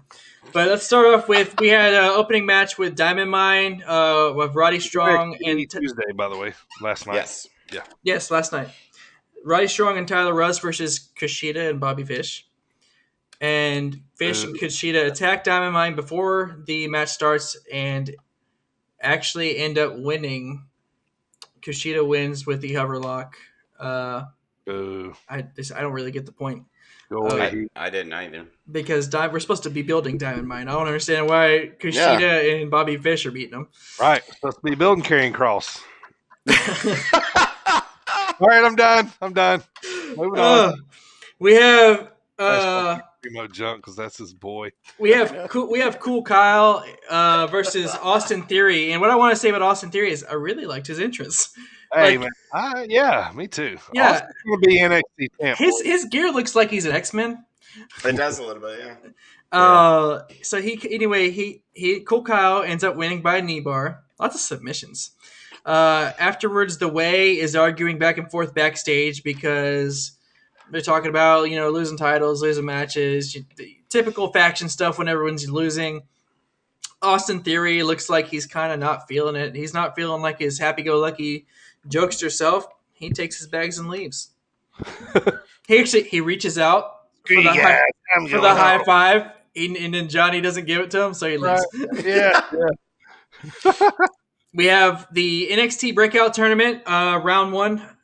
Andre Chase versus Odyssey Jones. That's a big dude, isn't it? Yeah. Andre Chase, by the way, Harlem Bravado, local guy out of North Carolina. Big shout out. Love to see, he's wrestled all over the world. I've seen this guy wrestle a lot of indie shows. Love seeing him getting on NXT, but most of all, my man, big Tar Heel supporter. So thank you, Andre Chase. Nothing but the best, man. Good match here with Odyssey Jones. Odyssey Jones, a little bit of his background since you gave Andre. So Odyssey Jones, he's former Syracuse player, offensive lineman. They said he's like, I don't remember his height, but he's like pushing past 400 pounds. Big boy. Big boy. Well, but he can move. So Odyssey Jones wins and he moves on in the breakout tournament. You think they'll go out of their way to not call him OJ? No, I bet they call him because I bet Vince thinks it's hilarious, even though it's NXT. I like the name Odyssey Jones. He looked a little, he looked a little gassed there at the end of the match, but. My boy, though, Andre, did you see he almost fell on his head there that one time? Yes. So when he did the outside the ring, he was like so close. Like he fell right here. Yeah. And I was like, ooh, yeah. Did you hear Beth Phoenix? She goes, yep. No, I didn't hear that. Sound like all of our moms in the car when they got to hit the brakes. Both her and Wade Barrett both kind of like, you could tell. They both cringed. Yeah. And luckily he bounced up real quick. That's what I was going to say about this match. Even though it's the breakout tournament, and maybe it's because it is the breakout tournament, these guys are putting on some matches. They're getting out of the ring. They're doing it in the ring. They're doing it. They went all over the place. Harlem Bravado, a.k.a. Andre Chase, man. I could probably easily guess he's been wrestling 10 years. No doubt. He went overseas for years, wrestled over there. And he was in a great tag team called the Bravado Brothers. That's a good name. Yeah, they were in PWX, but glad to see him on NXT. We had Zaya Lee versus Raquel Gonzalez for the NXT Women's Championship. During the match, Raquel ends up doing this like corkscrew senton and absolutely crushes Zaya Lee, causing like emergency staff or medical staff to be called out. They eventually clear her to finish, which I don't think she was actually okay. I think they were just finishing the match. Yeah. Because literally one move later, Raquel wins. Yeah. Wonder what happens. She crushed her. Yeah, pancaked her. Yeah, like she did this. It's like a corkscrew, like senton, where she starts out forward, facing her, and then she spins and just flat backs her. Like, and she's much bigger than Zaya Lee. Yeah, a little bit, yeah. So I could have got the wind knocked out of her. Who knows? But anyway, the two big angles right now. Let's go with the funny one here. LA Knight and Cameron Grimes arrive. They arrive in LA Knight's car, and they're bickering back and forth. Knight's like, "We would have been here 10 minutes ago if you would have listened to GPS." And Grimes said, "We would have been here a lot earlier if it would have been my Rolls Royce." And Knight's like, "Whatever, go to the bag and get the bags." So he goes, he opens the bag. He's like, "Would you really need this many bags?" He starts getting the bags out. Drake Maverick is apparently not fired because he's walking by. And he's like, "Hey, let me help you out." And all I could think this whole time was, because it was Drake Maverick, Cameron Grimes, and LA Knight standing right there next to each other. I was like, TNA, like 6 years ago. I know, yeah, right, yeah. Kind of spot on a little bit. Right. So anyway, they had Rockstar. Excuse me. What's his name? Drake Maverick. Drake McIntyre. Drake McIntyre. Rockstar Spud. Drake Maverick tried to help out Cameron Grimes because so many bags, and he's gonna help him out. And LA Knight's like, "Don't help him out. Put those down. He's got them." He's basically being a big old jerk to Drake, and Drake talks himself. You know, he's like as small as a mouse, but he's got a mouth bigger than he deserves. So he's like, he ends up talking himself into a match with LA Knight. LA Knight and Drake Maverick have their match. During the match, LA. I keep getting their names all mixed up.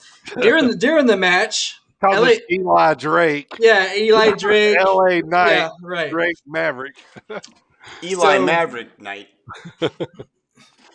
Cameron Rockstar. Drake Eli. So during the match, LA Knight wants Cameron Grimes to hold the $1 million championship above his head like this.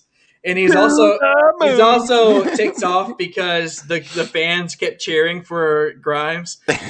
So there are several times during the match where Grimes would get distracted. He'd be interacting with the fans, and he'd put the belt down. And LA Knight would stop what he's doing in the middle of the match, go out and make him put the title back up. He's like, "Put it back up above your head." So eventually, he's doing that one last time because Cameron Grimes really like lays it on. He sits it down on the ring, and he's just like chilling, talking to the crowd. And LA Knight's like, "Hey, what are you doing?" He's leaning towards the outside through the ropes, and he tells Cameron Grimes to lift the belt up above his head. And right when he does that, Drake Maverick kicks him from behind, and he face plants the belt. And then Drake Maverick rolls him up and wins. So funny. So then after that, though, LA Knight was embarrassed, so he decided to beat down Drake Maverick. And Cameron Grimes stood up for Drake, but then, unfortunately, he was forced to also hit Drake, even though he didn't want to. Yeah. So. That was a funny spot to me. Going back real quick, I want to talk about Raquel and Zaya Lee. Dakota Kai. Y'all starting to see the dissension there? A little bit, yeah. They're doing small little isms of Dakota, kind of looking at Raquel, because Raquel, like at the end of this last interview, she said, after I beat Zaya, there's literally going to be nobody else.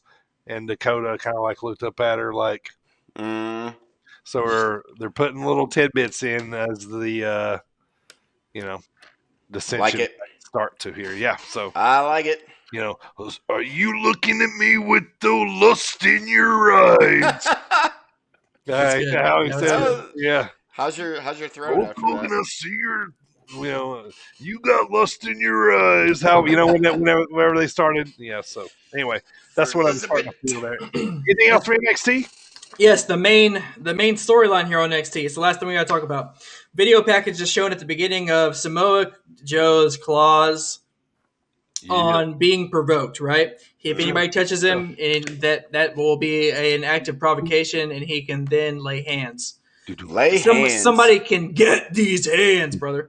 So, brother. And the video also shows Cross doing just that by choking him out last week. So Joe comes out to open the show. He's not looking like an authority figure. He comes out, jeans, t-shirt, hands are taped up. He's ready to fight. Joe is ready to kill somebody. He's ready to stare somebody down. He says, tick tock, guess who's coming to smash your clock? That's what he tells Karrion Kross. Why? Why is he rhyming now? When is Hickory dickory dock. Regal comes out and says that is not what he had in mind for Samoa Joe, and he cannot be calling out superstars. Joe says that's incorrect because the rule says that he has to be provoked, and he was. Joe says Cross is out of control, and he needs to be put under control. Regal says he agrees with him, but Joe better solve the problem peacefully when Cross arrives. Joe is like stewing all night. He's like looking all over the place. He keeps going to the parking lot. At one point, Joe, he says he can guarantee at the end of the night someone will be put to sleep. Joe thinks Cross arrives in his challenger, but then he pulls out the valet from the driver's seat and he basically gets aggressive with the valet until he realizes who it is. So then now he knows that Cross is there. He goes out to the ring and tells Cross there will be a reckoning. Get out to the ring and let it happen. Cross shows up on the screen and says NXT Championship means he can go anywhere he wants, do anything he wants, and hurt anyone he wants. And right about that time, the camera pans down and it shows that he laid out Mr. Regal. So, and William Regal is unconscious, which sets Joe off again. Joe starts to go to the parking lot to get to Karrion Kross right away. And right about the time he reaches William Regal, Karrion Kross is able to get the challenger and take off. So it's just at this time, Samoa Joe is fuming. And that's how we ended NXT.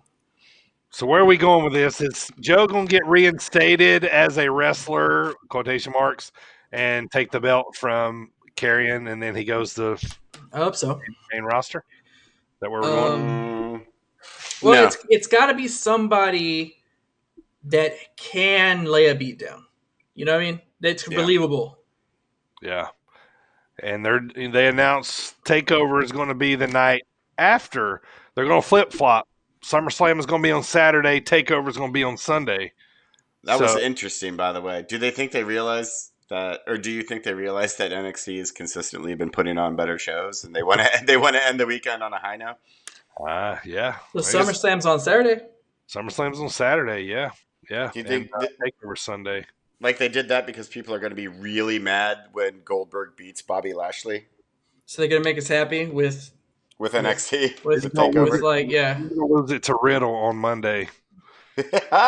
He's always called out Goldberg. Y'all know they got a little rival. Yeah, they got their little beef going. Bro. August 21st, Saturday night is SummerSlam. TakeOver Sunday, August 22nd. There you go. So that was NXT. That's your recap of the week. That's been your Stacker replay of the week. Shakalaka, yeah, brother. See lust in your eyes. All night. All right. Both of you need a drink of water after that. I think we do. Stacker. All right. Catch the buzz and feel the sting. Or feel the bird and feel the sting. That is our recap for the week. Thank you, boys. Nice job. Let's jump right into our drop kick discussion of the week Today is our top 3 favorite Daniel Bryan Danielson matches, as we are going to talk about just our top 3 here, as he has a ton of matches. So we'll see where we're going to be at here. So, Primo, why don't you start us off with your number 3 Daniel Bryan favorite match? Do you remember when Chris Jericho used to do the Stacker commercials? Yeah. Sorry, that was just playing in my head. I don't. That's where that saying I was saying a second ago was coming from. Anyway, number 3 for me. I will say it's not really my honorable mention because the match itself was so-so, but a cool event involving Daniel Bryan was the Raw. It was his January Raw in 2014 when he turned on Bray Wyatt in the steel cage. Yep. Super sick. That was cool. I have that for an honorable mention as well, actually, and for the same reasons. Right. So my number three. Wait. There we go. Oh. Okay. Already break out the pen. We're only on honorables. Yeah. Only the unmentionables. The unmentionables are bringing out the pen. So my number 3 is more recent. It's actually his WrestleMania 35 loss to Kofi Kingston. I'm going to jump in there too. That is my number 3 as well. That is also my number 3. Really? Wow, we all agreed. Is that the first time ever? Yeah. That's first time. Number 3 is all the same. Wow, yeah. Same. Mania 35. It was a great match. He got Kofi over like absolutely huge. Yes. God. Well, all right, Primo, go right into number 2. Man. My number 2. I think this one will probably be different. We had heel Daniel Bryan. It was during his. It was also probably is part of the run with the. He just taken the belt off of AJ Styles. TLC 2018 versus AJ Styles. Was that before he was the Eco? It was right before that. So it was after he got destroyed by Brock Lesnar. Yep. Yes. Okay. Yeah. Yeah, that was it. Because then, right after that is when he debuted the hemp belt. Right. Yeah. What a great right after heel. That. Yeah. Eco-friendly belt. Yeah, so stupid. Like this thing will combust in like over so many years. It's biodegradable. Yeah, biodegradable. Yeah. AJ, you want to go number 2? Yeah. Real quick about number 3. I love the moment afterwards where Xavier Woods pulled off the belt and then off the little curtain thing or the tablecloth, and underneath it was the actual belt. Yeah, I popped huge for that. Yeah, that was cool. That's a cool moment. So this list was actually really hard for me because I'm really all of us are Daniel Bryan fans, obviously. So, but it was hard to narrow it down. I could have done top 10 easily for this. I knew what my number 1 was, and then the other 2 I had to cipher. Me too.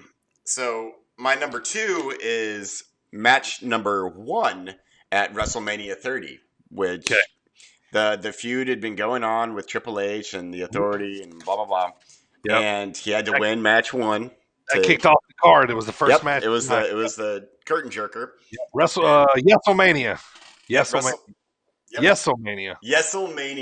Yeah. And it was the kickoff match. It was against Triple H, who normally he works slow, methodical matches, but everyone was so behind Daniel Bryan with his injured shoulder and all that stuff, and he won to get to the main event. It was fantastic.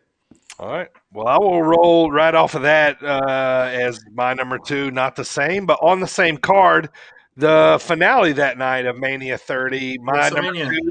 Of WrestleMania, Daniel Bryan versus Randy Orton versus Batista. He had recently beat Triple H early in the night to get into the match. I think this was his biggest crowning night achievement of Daniel Bryan's career. So that is my. He did it! Miracle on Bourbon Street! Yeselmania! Yep. Tap out Batista! Batista! While we're talking about it, that's my number 1. Hey, while we're talking about it, that's my number 1. Okay. So there's a couple reasons for me. I'm an Evolution mark.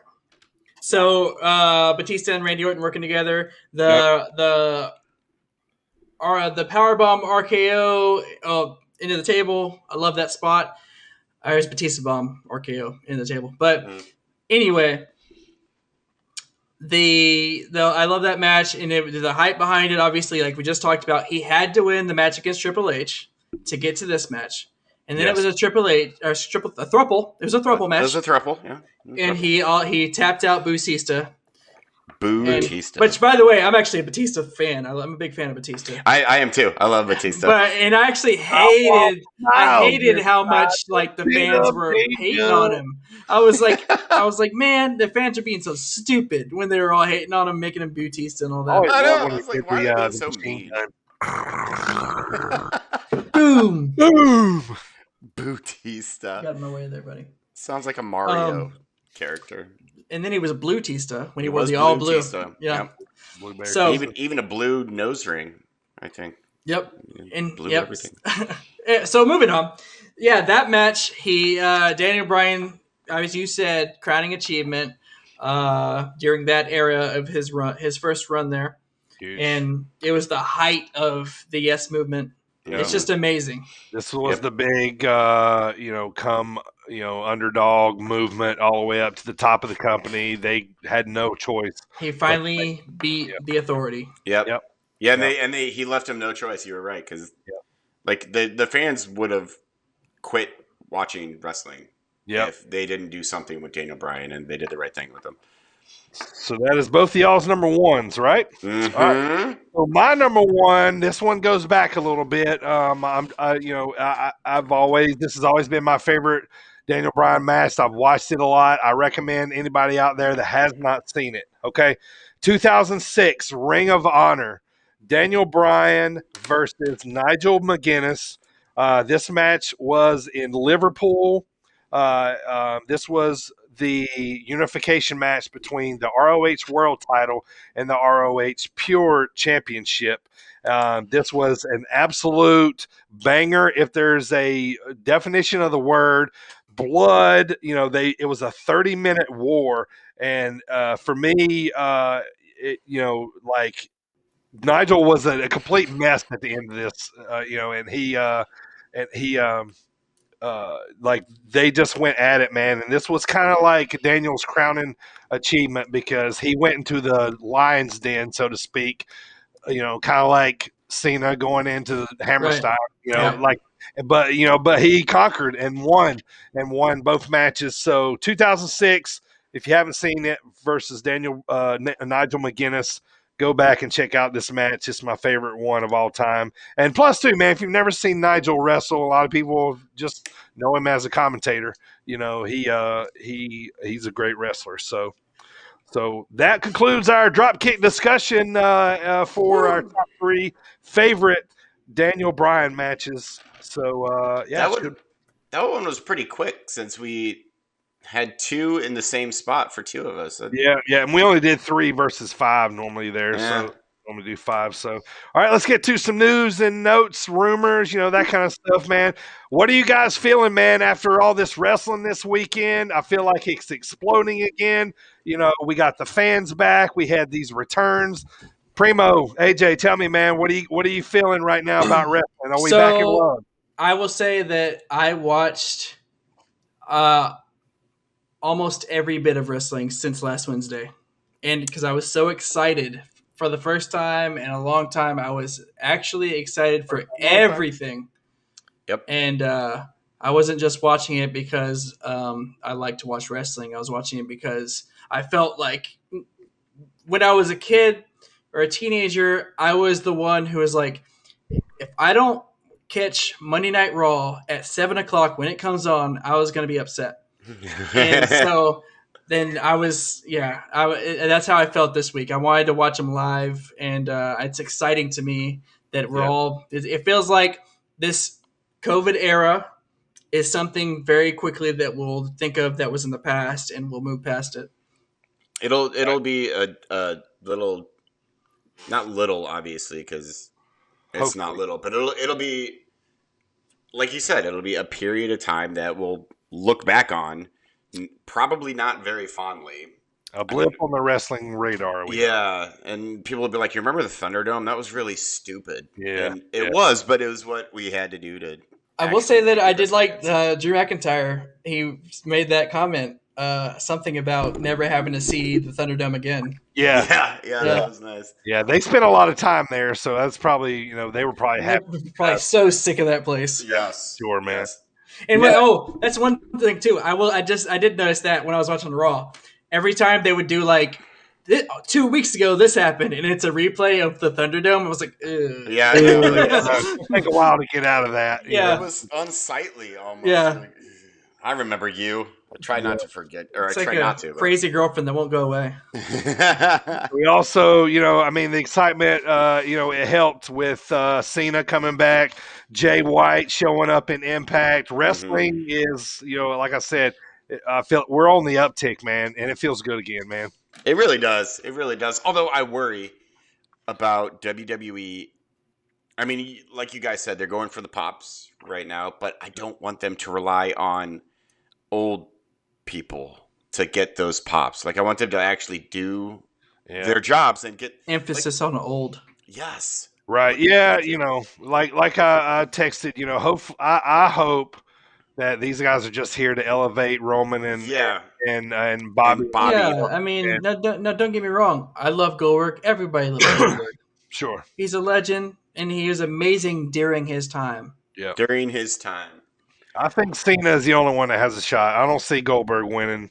Cena, to legendary 17th run. 17th run, Roman could, the belt will go back to him later. That's the only one I see winning. I just, it's wrestling. We could be swerved. But... so I will say this. When there was Roman and Cena in the crowd, as I've talked many times tonight, I scroll Reddit all the time. And they were flawless again with their comments. They said, the Fast and the Furious producers are going crazy with this right now because Roman was in Hobbs and Shaw. Yeah, he was. That's right. And Cena is in Fast 9. So there's the Fast and the Furious producers are going to somehow work this into the movie. Yep. Another crossover, which is fine. That's funny. So exciting. It's exciting to be excited again. Yes, it is. So, yep. All right, guys, time to go to promo school. Let's talk about the Austin 316 promo, the legendary promo. When we first heard this in the King of the Ring 1996, little did we know how important this promo would be to wrestling, right, guys? I mean, is this the most well-known promo of all time? Like Austin 316? He had just won the King of the Ring. He beat Jake Roberts to win it. He had to go get stitches and came back. Yeah. Yep. This is like the promo that put wrestling in the mainstream almost. It was Mike Tyson basically that did it. Yeah.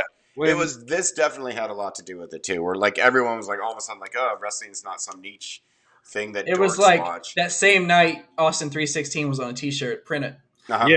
Yeah. Say this created the shirts, that eventually probably the top selling is probably up there with NWO as the top 2 ever. I still have my Austin 316 shirt. Yeah. Oh, I'm going to find it and wear it next show. So legendary Michael P.S. Hayes was the interviewer for the ring, for the interview right after Austin had won the 1996 King of the Ring. So let's check it out. Prestigious King of the Ring, Stone Cold Steve Austin, an incredible victory. The first thing I want to be done is to get that piece of crap out of my ring. Don't just get him out of the ring, get him out of the WWF. Because I've proved WWF. Without a shadow of a doubt, you ain't got what it takes anymore. You sit there and you thump your Bible and you say your prayers, and it didn't get you anywhere. Talk about your Psalms, talk about John 3:16. Austin 3:16 says I just whipped your ass. And we're off to the races. Yeah. Oh, that's not racist. All he's got to do is go buy him a cheap bottle of Thunderbird and try to dig back some of that courage he had in his prime. Ooh. As the King of the Ring, I'm serving notice to every one of the WWF superstars. I don't give a damn what they are. They're all on the list, and that's Stone Cold's list, and I'm fixing to start running through all of them. They're on the list. As far as this championship match is considered, son, I don't give a damn if it's Davey Boy Smith or Shawn Michaels. Steve Austin's time has come. And when I get the shot, you're looking at the next WWF champion, and that's the bottom line. But Stone Cold said so. One. Humble, the fourth prestigious King of the Ring, Stone Cold Steve Austin. So Stone Cold had a list way before Chris Jericho did. He did. Yeah, apparently he did. Yeah, we just forgot about it. I forgot that Stone Cold said thumping your Bibles in that promo. I totally forgot about that. And he mentioned the bottle of Thunderbird. Yeah, bottle of Thunderbird. Get that hump of crap out of my ring. Matter of fact, get him out of the WWF. Yeah, The they're WWF. hauling Jake out of the ring when he was wearing that awful Power Ranger uniform. It kind of looked like, it was wild, man. Oh, I love that promo so much. Yeah, it was so good, man. And I mean, like, little did we know, like I said, off to the races after that. Mm-hmm. Austin 316, and that's the bottom line. Like, holy cow. 1996, man. Thump your And Bibles. He had that rhythm that he started to talk in, that aggressiveness. Yeah. So it was a whole thing. Really was. All right, let's hop up here next, man. I want to give you a quick little update on Big Beef Knowles Garvin. He had a match last week with a Rip Bison at Limitless Wrestling. As we talked about it last week. If you hadn't had a chance, go check this out on IWTV. Beef literally left this man laying at the end of the night as they're going to continue their feud. But I just want to say how awesome this match was. These guys went at it at Limitless Wrestling. Rip Bison and Big Beef. Go check it out on IWTV as that was a really awesome match. There's a lot of meat in that match. A lot of meat in that Big match. Beef and Rip Bison. The Ripper. Ripper. Uncle Ripper. Uncle Ripper. Another thing, too, I want to talk about, guys, tomorrow night right here on this channel, twitch.tv/DirtyBird33, 2 eyes in the bird. Primo and myself, we are calling a race sponsored by the podcast here. The race is in conjunction with the Ultimate Racing League Cup Series on NASCAR Heat 5. The race is called the Sit Down March 200, live from Virtual Kentucky Speedway tomorrow night at 8/7 Central. We want to thank URL for letting us sponsor the race, and make sure you guys tune into that as me and Primo are going to be calling some NASCAR racing tomorrow night. So we want to thank URL, Ultimate Racing League. Go check those guys out. URL 2019 on Twitter, and we thank those guys for letting us sponsor the race. So check that out tomorrow night. I'm excited for that. I'm gonna be in the comments cursing up a storm, just so you guys know. Bring it. Get it all out in the comments. Because I mean, you guys can't control me over there. You can't. No. Yeah, you're just a fan over there. Just bust me. I'm gonna get all my cursing out, and it needs to go. All right. Well, there's one thing you can control, AJ, and that is your retain of the Squared Circle champions.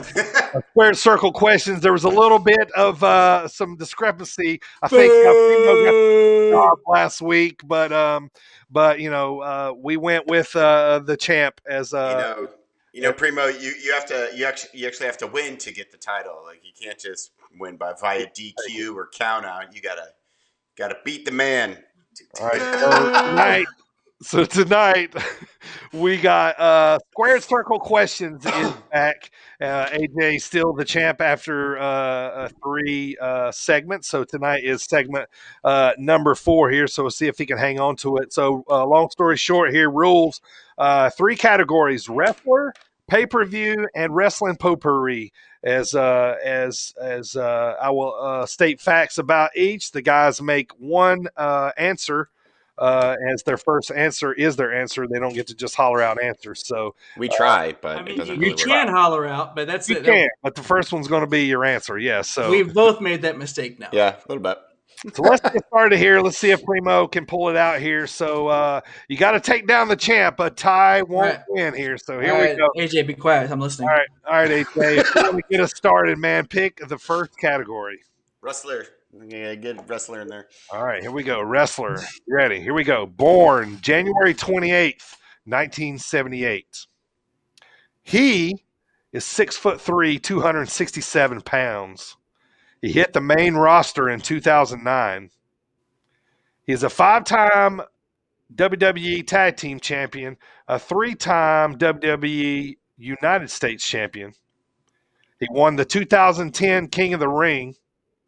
He won the 2000 He won the 2012 Royal Rumble. He won the 2015 Money in the Bank. Sheamus. First Irish World Champion, and he was in a tag team with Cesaro. The answer is Sheamus. That was coming out of my mouth. Well, you. All right, Primo takes the first question here. Woo! I don't like this. I don't like where this is going. Here. All right, Primo. Pay-per-view or potpourri? Well, Dirty, I will take pay-per-view. All right, pay-per-view. Here we go. Always my downfall. You guys might get this one early. All right, here we go. Listen up. Ready? You don't have to get the year right. You can just get the pay-per-view. All right, here we go. Taz beat Jerry Lawler. Kurt Angle beat Randy Orton. The Full-Blooded Italians beat Tajiri and Super Crazy. One Night Stand 2007.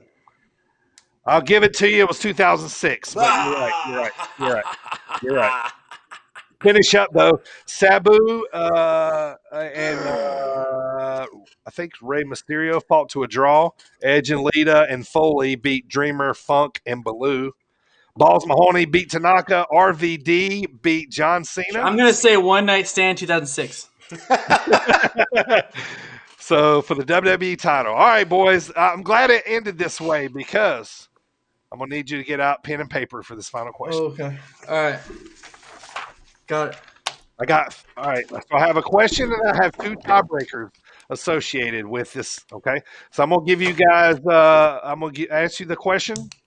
And then when I ask you guys to reveal, I'm going to ask you to. So we can't shout out. We have to write it down. We can't shout out. We're going to write this one down and I'm going to holler out the answers. Hold on. I need to find a marker just so my win can be nice and clear. Okay. So there can be no question of shenanigans.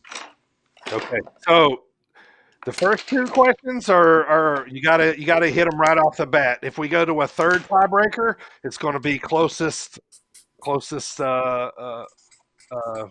answer wins. So, but let's start with this first one. All right, here's the first question. What year did Edge win the King of the Ring? Do not reveal. Just let me know when you're ready. What year did Edge win the King of the Ring? So you got to get it right to win. Hey Jay, you ready? Mm-hmm. No, I'm not ready. Okay, Primo, still take your time. Are you checking your phone right now? Is that what's happening? I'm looking at my. Yeah. I'm ready. All right, here we go. On the count of three, reveal at the same time. 1, 2, 3, reveal. Ooh, AJ said 2012. Primo said 2002. You said Edge, right? I did say Edge. Yep, Edge. King of the Ring? Correct answer is 2001. Oh, you were so close. Look at Jen in there knowing it. Yep. All right. He wasn't even wrestling in 2012. Yeah, I know. After I wrote that, I was like, wait a minute. That's not right. But I already wrote it. All right, tiebreaker. First tiebreaker. Who did he beat to win the King of the Ring? In 2000. Okay. In 2001. You got to write it down. I'll ask you to reveal. Who did Edge beat to win the King of the Ring in 2001? Let me know when you're ready, AJ. Okay, I'm ready. All right, on the count of three, reveal. 1, 2, 3, reveal. Primo says Regal. AJ says Mabel. You guys are both wrong. It was Kurt Angle. Very good answer, though. I love y'all's answers. Wrong answers only would be perfect. We are failing so bad right now. All right, here we go. Failing upwards. All right, final tiebreaker question. Whoever comes the closest wins. All right. So we found out Edge won the King of the Ring in 2001. He beat Kurt Angle. Where was King of the Ring in 2001 held at? What state? Closest to the state wins. Closest to the state. If you I'm going to go right. In the middle of the country. If you don't get it right. Just hope. Let me know when you're ready to reveal. Where was the 2001 King of the Ring? Where did it take place? We're going to go with... Just the state. Just The the state. state? Yeah, just the state. If you guys both get the state right, then I'm gonna ask you for the town. But I don't know if you will. But all right, here we go. Wait, hold on. Ready for reveal here. Shoot, let's go with. Why not? Okay, I'm ready. All right, here we go. On the count of three, reveal. 1, 2, 3, reveal. Primo said Pennsylvania. AJ said Iowa. All right. The pay-per-view was in East Rutherford, New Jersey. We got a new champion. Primo is the new Squared Circle Questions. I'm a champ now. In the champ now. East Rutherford, New Jersey. Oh, that was fun, boys. That was fun. Jet knew that pretty fast too in the comments there. I'm just saying. He's Googling. He's on his phone in the comments. But nobody wrote Jersey though. Yeah, I sense Pennsylvania shenanigans. Also, if you check out a map, you'll see if judging from the Mercator line, right? Yeah, Iowa is actually closer to New Jersey than Pennsylvania is. Because so Turnpike. I'm pretty sure, like jet stream wise too, like they get the same. They're in the same climate, and So if we're going like closer, as in like climate, because Pennsylvania is further north, and I'm pretty sure I retain is the moral of the story here. No, you didn't. Okay. So what I'm saying is. So what I'm saying is, let's finish up the show here today as we got thumbs up, thumbs down here real fast, boys. I'm going to say thumbs up, fans, the returns, the surprises, the goosebumps, man. I'm all about it. Obviously, if you listen to the pod tonight, I don't like how they're doing my boy Killer, but it's wrestling, so I'm here. See what happens. Where you guys at? Thumbs up, thumbs down. So thumbs up for me. Obviously, the crowd's returning. Big thumbs up. Jeff Hardy beating Karrion Kross. And then we got thumbs down, Goldberg.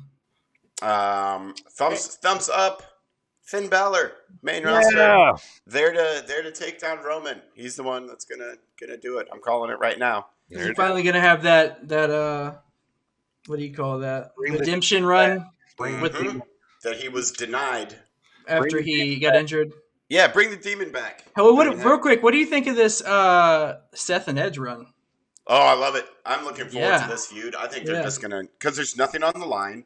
No one has to put each other over. It's just gonna be solid matches. It's just gonna be fun. SummerSlam, and that's gonna be one of them. Yep, yeah. I'm looking forward to that. Love it. Whole bunch. Love it. Thumbs down. Also Goldberg, and also the fact that I have marker all over my hand now. Somehow, I don't know. That marker on your hand looks like the spot that's on Goldberg's head when he heads the door. Yeah, you gotta learn how to use the markers without getting them on your hands. I teach that to my children. Oh, great. Well, Primo's the champ of something else, so Mr. Heel just got worse here, I think, AJ. So it's all right. It'll make the pop that much bigger when I take all the titles back. Oh, yeah. There we go. You got a ways to go, kid. Let's finish up the show, boys. I want to thank RP Davey for being on the show here today. RPD, man, watch out for him. He's going to be a big wrestler coming up. We'll have him back on the show.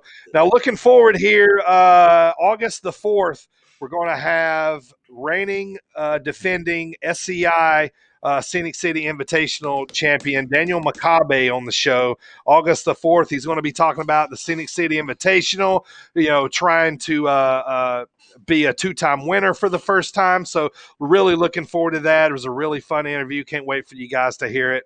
All right, let's talk about next week. We are on summer break, so there won't be no live pod next week, but we do have something in store for you here. AJ, tell them.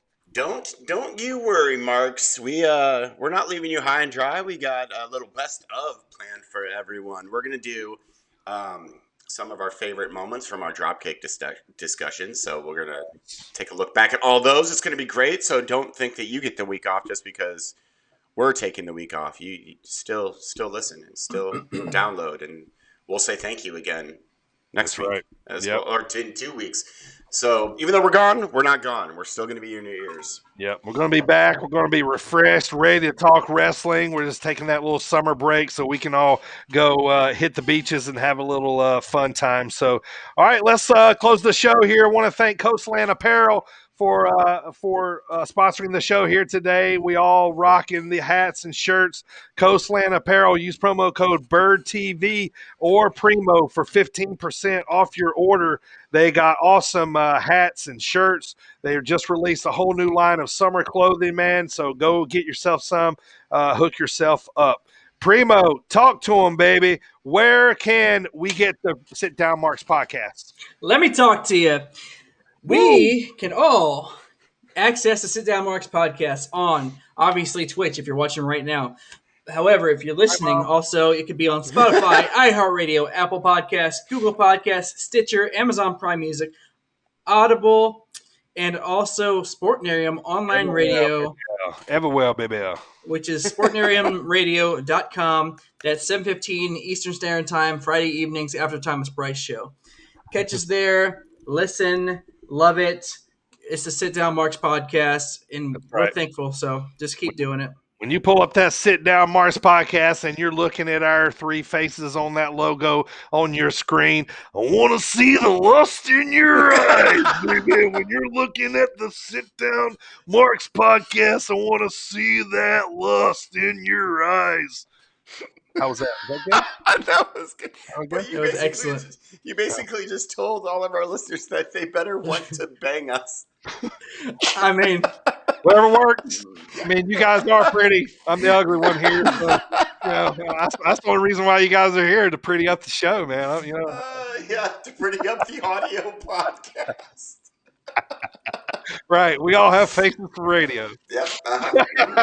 Man, it was a fun show. Man, I can't wait to be back here with you guys in 2 weeks. Looking forward to listening to our best of show next week. I want to thank everybody for downloading the show. We are super happy. Next week will be our 20th episode, and we are super excited. Want to thank everybody downloading on all the platforms, subscribing. Want to thank our family over at Sportinarium.com, Sportinariumradio.com. Everybody over there, 1310 Apparel, Thomas Bryce, the Rewind Wrestling Podcast, everybody there. We're super excited, and thank you for having us, and looking forward to talking wrestling here with you guys in 2 weeks, man. SummerSlam right around the corner. We got more wrestlers coming on the show here, as we'll be announcing those later on. Daniel Makabe is coming in. AJ is going to have a really awesome interview with a new graduate of the Nightmare Factory coming up. So lots of good things on the horizon. We're going to be up to our normal shenanigans. So just want to thank you guys, everybody, once again. And 2 weeks, man, we'll be back here live, man. Looking forward to it, boys. Enjoy yourselves on your endeavors, but don't get your endeavored. Yep. Primo will be at the beach this weekend for his birthday. So baby. Hey, with all honesty, though, seriously, Primo, happy birthday, brother. I hope everything you have a good one. Enjoy yourself, relax. Appreciate it. And happy birthday. Here, brother. 30. I'm still like you're 32 is what I'm turning, so Jet Dryer just asked if we were on YouTube Music. Yes, we're working on a hot track that's about to drop here shortly. We're going to get pictures made, all like crossing our arms and stuff. So it's going to be I am not counting that as your birthday wish, Jet. Yep, it is. It's in writing now. It's your wish. All right. Yep, that's going to do it here for the show today. AJ, take us home, baby. Even though we're off, remember to grab them cakes.